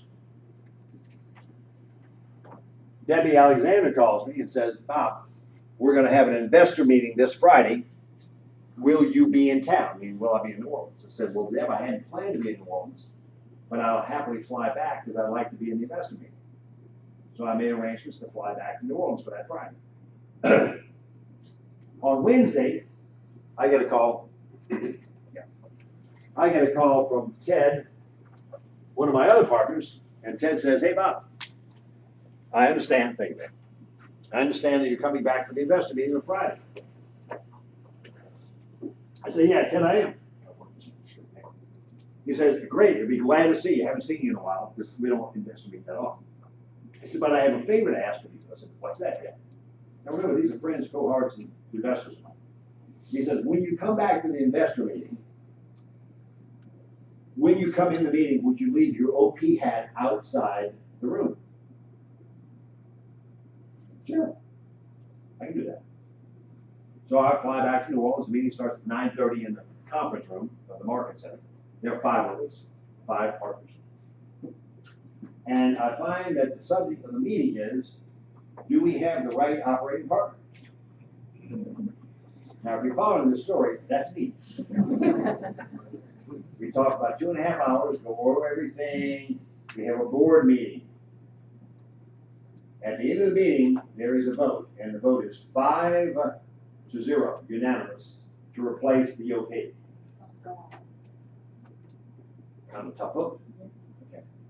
But as an investor, I looked and said, you know what? I'm not the right guy for the job right now because I'm trying to develop a region. I'm not paying attention to my business the way I should. They give me a number of reasons. I gotta be going golf, clubbing, playing tennis, taking vacations. As opposed to developing a region, I could have laid on the leg, not running the office properly. At the end of the meeting, I resigned. They would be resigned for resume purposes. And Debbie Alexander took over the OP spot. Now I'm just an investor and I'm going to Atlanta to open a region where I'm operating partner of the region. I'm okay with this. So my ego's a little bruised. I will say this. You know, I mean, they know how smart, good looking, funny, and humble I am. So, I can't believe it. But you know, yes. And a good dancer. And good dancer, yes. So that always comes in handy. That's the Chinese last night. With my number 2 son. So, yeah. Oh, he was dead. So, I realized, you know, that, okay, we made a good business decision. And here's the good news. As an investor, my investment increased 300% based on Debbie's running as operating partner of the investment that I was in. So my ego took a hit, but my economics got a real good spike. Let me tell you the difference. Let's play this out one more time. I'm running a little bit over time. I asked you permission for another 3-4 minutes, and we're out of here. And honey, if you postpone lunch. Let me give you the realtor practitioner conversation around that same subject. No board of directors, just me. I'm running my business. I'm like you. And so on Monday, I called myself. Say, Bob, this is Bob. Hi, Bob, how are you? I said, well, Bob, we should have a sort of a meeting this Friday. Can you make it? Sure, Bob, I'll be there. Thanks, Bob, I appreciate that. On Wednesday, I call myself back and I say, hey, Bob, this is Bob again. Yes, I recognize your voice. How are you? Would you do me a favor? Sure, Bob, I'll do that. What's that? Leave your lead agent hat and owner of this business on the outside of our meeting while you and I meet. Sure. Then I meet with myself on Friday and ask myself to resign. Which of the 2 stories you believe could really happen? Only the first one. Had I owned the market center 100% by myself, without a board of directors, nobody could fire me. They could cancel my franchise. I just go independent and keep running my business. But no realistic way of holding me accountable because you cannot hold yourself accountable. So the reason for a board of directors is to have a sounding board on you, the CEO of your business, is should you be fired? Because firing you is impractical. Nobody on that board is going to step in and run your real estate business because they have other things in life to do. But the discussion around your performance is the equivalent of should you be fired or should you step up and hear the reasons why you're letting yourself down. That's the reason for a board of directors, because it's business makeup. Got it? Good. Let me wrap with this. Today was an awareness class.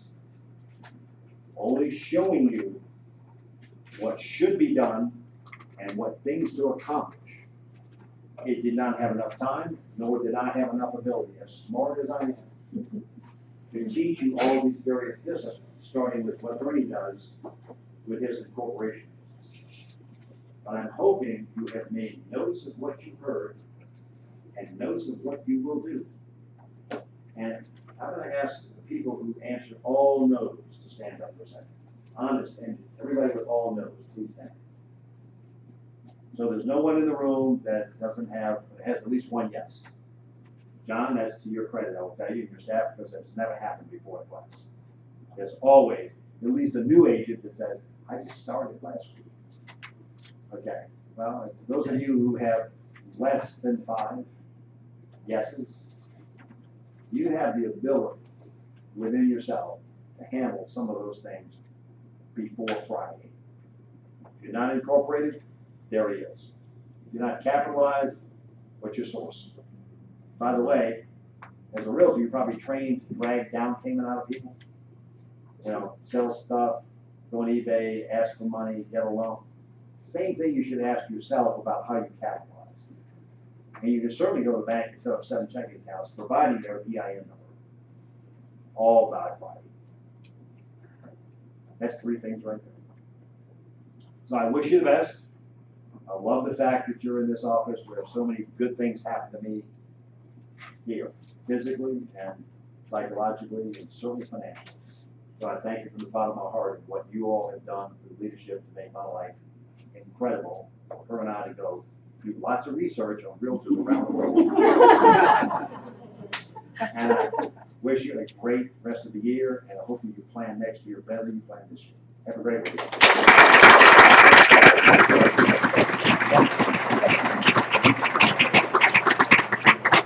Awesome. Those California realtors are a different breed. They are. Right. Be careful. That's right. So, guys, thanks for being here. Bob's amazing. Obviously, it's a great class. Frederick Weston with Green Home Solutions actually provided lunch for us today, so let's thank him. Thank you. Give him just a minute to tell us a little more about his company. Yes, my name is Frederick Weston with Green Home Solutions, and I work with a lot of you in the room here, but for those of you who do not know me or our company, what we do is mold remediation. So we take care of your mold issues when they crop up, and in Atlanta they crop up all the time. And just briefly, what sets us apart is the fact that we use a completely green system to take care of mold. So it's an enzyme-based product. If I will treat your basement, you can live upstairs. We don't have to tear down walls for the most part. So it's a very unintrusive way of doing things. So that means that your clients are saving a lot of money. They're also saving a lot of time. The other thing that I want to emphasize that probably sets us apart from a lot of other vendors is that we talk to the customers, your clients. You know, we know when you're on the seller side that there's a different conversation than if you're on the buyer side. And I tell you that I'm probably talking to buyers once or twice a week that are willing to walk away from a transaction. And what I say to you is have them call me directly. I know exactly what to say for them to be comfortable with what's going on in the house. Because we see it all the time. People are willing to walk away from a property because it has mold. And almost every house in Atlanta has mold. I know for a fact that every crawl space has mold. And it's not really a reason to walk away from it. So we do free inspections for you, and if I'm on the buyer side, I'm going to take air samples on all levels of that house. You don't pay for those air samples. Because if they have mold in the basement and you're on the buyer side and you're thinking, you know, I don't want my customers to buy a house that has mold anywhere else. So we take air samples and we know, okay, first floor is fine, second floor is fine, yeah, and you have some stuff going on in the basement. If you're on the seller side and you tell me, hey, Frederick, I need you to check my basement. If that's what you want me to look at, that's what I'm going to look at. I'm not going to look for other problems in the house because the deeper you look, the more you'll find. So you will direct that. And sometimes you will want me to find everything in the house, sometimes not. But that's a really tricky balance. And we try to walk that balance with you guys. When you call, we try to go out immediately within 24 hours. And we come in really late. The problem today is that, you know, everyone is busy. Your home inspectors, they're probably, you know, booking 2 weeks out by now. So when we get a phone call and say, hey, Frederick, can you check this property out? Sure. What are the transaction time limits? Well, due diligence ends tomorrow. Okay, so that means that I have to go out today if I want to have air samples by tomorrow. If there are no air samples, I can go out tomorrow, but you'll have that report before the due diligence ends. Because the last thing you want to do is start messing with, oh, let's extend. Let's see, you know, we have to treat before closing. So we try to fit you in the schedule. So we're here for you guys. We try to bend backwards to make sure that that transaction continues the way it's done. I think what you should do in your phones is to put in under M for mold, our office number. Is that a $250 fee? No fee. Bob's gone, yeah. Pull out your phone. There's no fee. So I'm not saying that this chart is missing anything, but it should be a mold circle. Green Home Solutions. So our office number is 770-664-8733. And Barbara will answer the phone, and she's actually really good. So she'll help you get on the schedule and have either me or one of my colleagues come up and do the inspection. Your name's Frank? Frederick? Frederick. It's not a matter of if, but when with Mold. So Oh, yeah. save his number, give him a shot. He's the best. And thanks again, Frederick, for lunch. Yeah. Meet him while you're here. Couple of things to think about while you're eating lunch, okay? If you haven't done all 10, which nobody in the room has, find what's the one thing that you can knock off before Friday. Find a partner. In Bold, we learn, let me make sure I get this right, a goal without a commitment is just a wish. But a commitment with a consequence is a reality. So what's a consequence? Figure out, find a partner, find that accountability. And if you don't do something by this date, what are you willing to do to give up, to get it, to make that a reality? So, for example, I'm going to give $200 to maybe the campaign that I'm against, right? Or something that really is painful and hurts. If you're not incorporated, see Ernie, is Ernie still here? He was here. He's here, so let's find Ernie. You can get incorporated by Friday, no problem. I think it's $150. How much does it cost to get incorporated? $199. It's a $100 filing fee. It's $199 for Yeah. what I do, to get through the filing and then take care of the things that you do after that. Okay. And then find the next 2 things that you can do on that list, on that checklist, by the end of August. And then set parameters by October 1st. If you could knock out all 10 things, have them set in motion, that would be a dream to start 2018. One more thing. Janice is teaching a class at 1 o'clock on CGI. How many of you have not done your CGI at this point for 2018? You have not, so stick around for class. That's at 1. Grab your food. If you're not staying for class at 1 o'clock, please just make sure you're out. So. Or if you want to update what your goals are based upon all the great things that you've done, it just gives you the total picture of what you do and move on. Thanks for being here. Grab your plate, and thanks again. Yeah.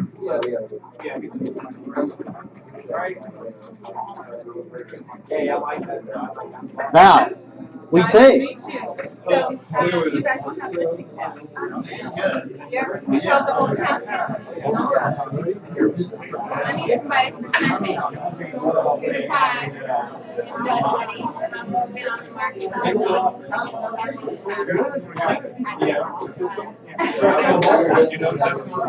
Right, okay.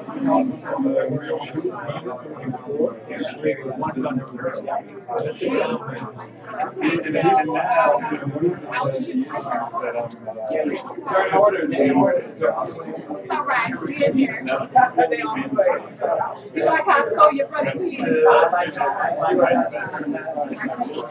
okay. And I feel like I need to move in. And I feel like we need to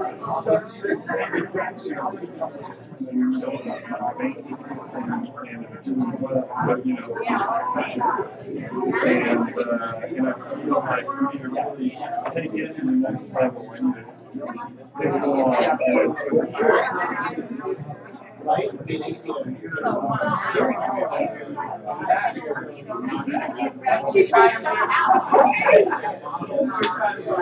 I'm gonna email you, and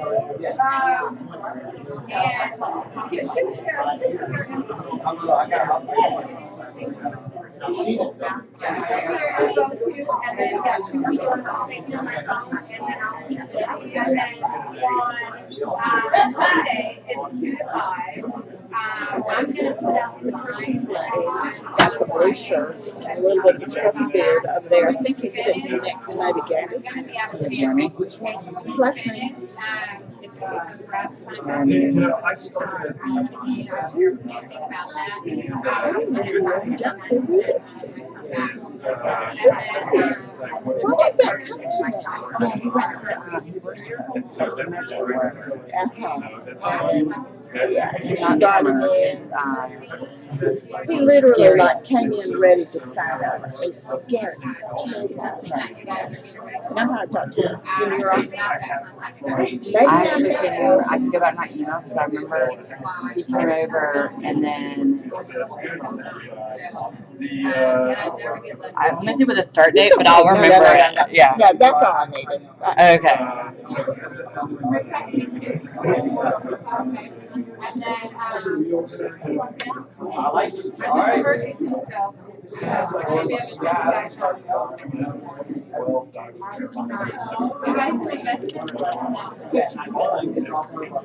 you guys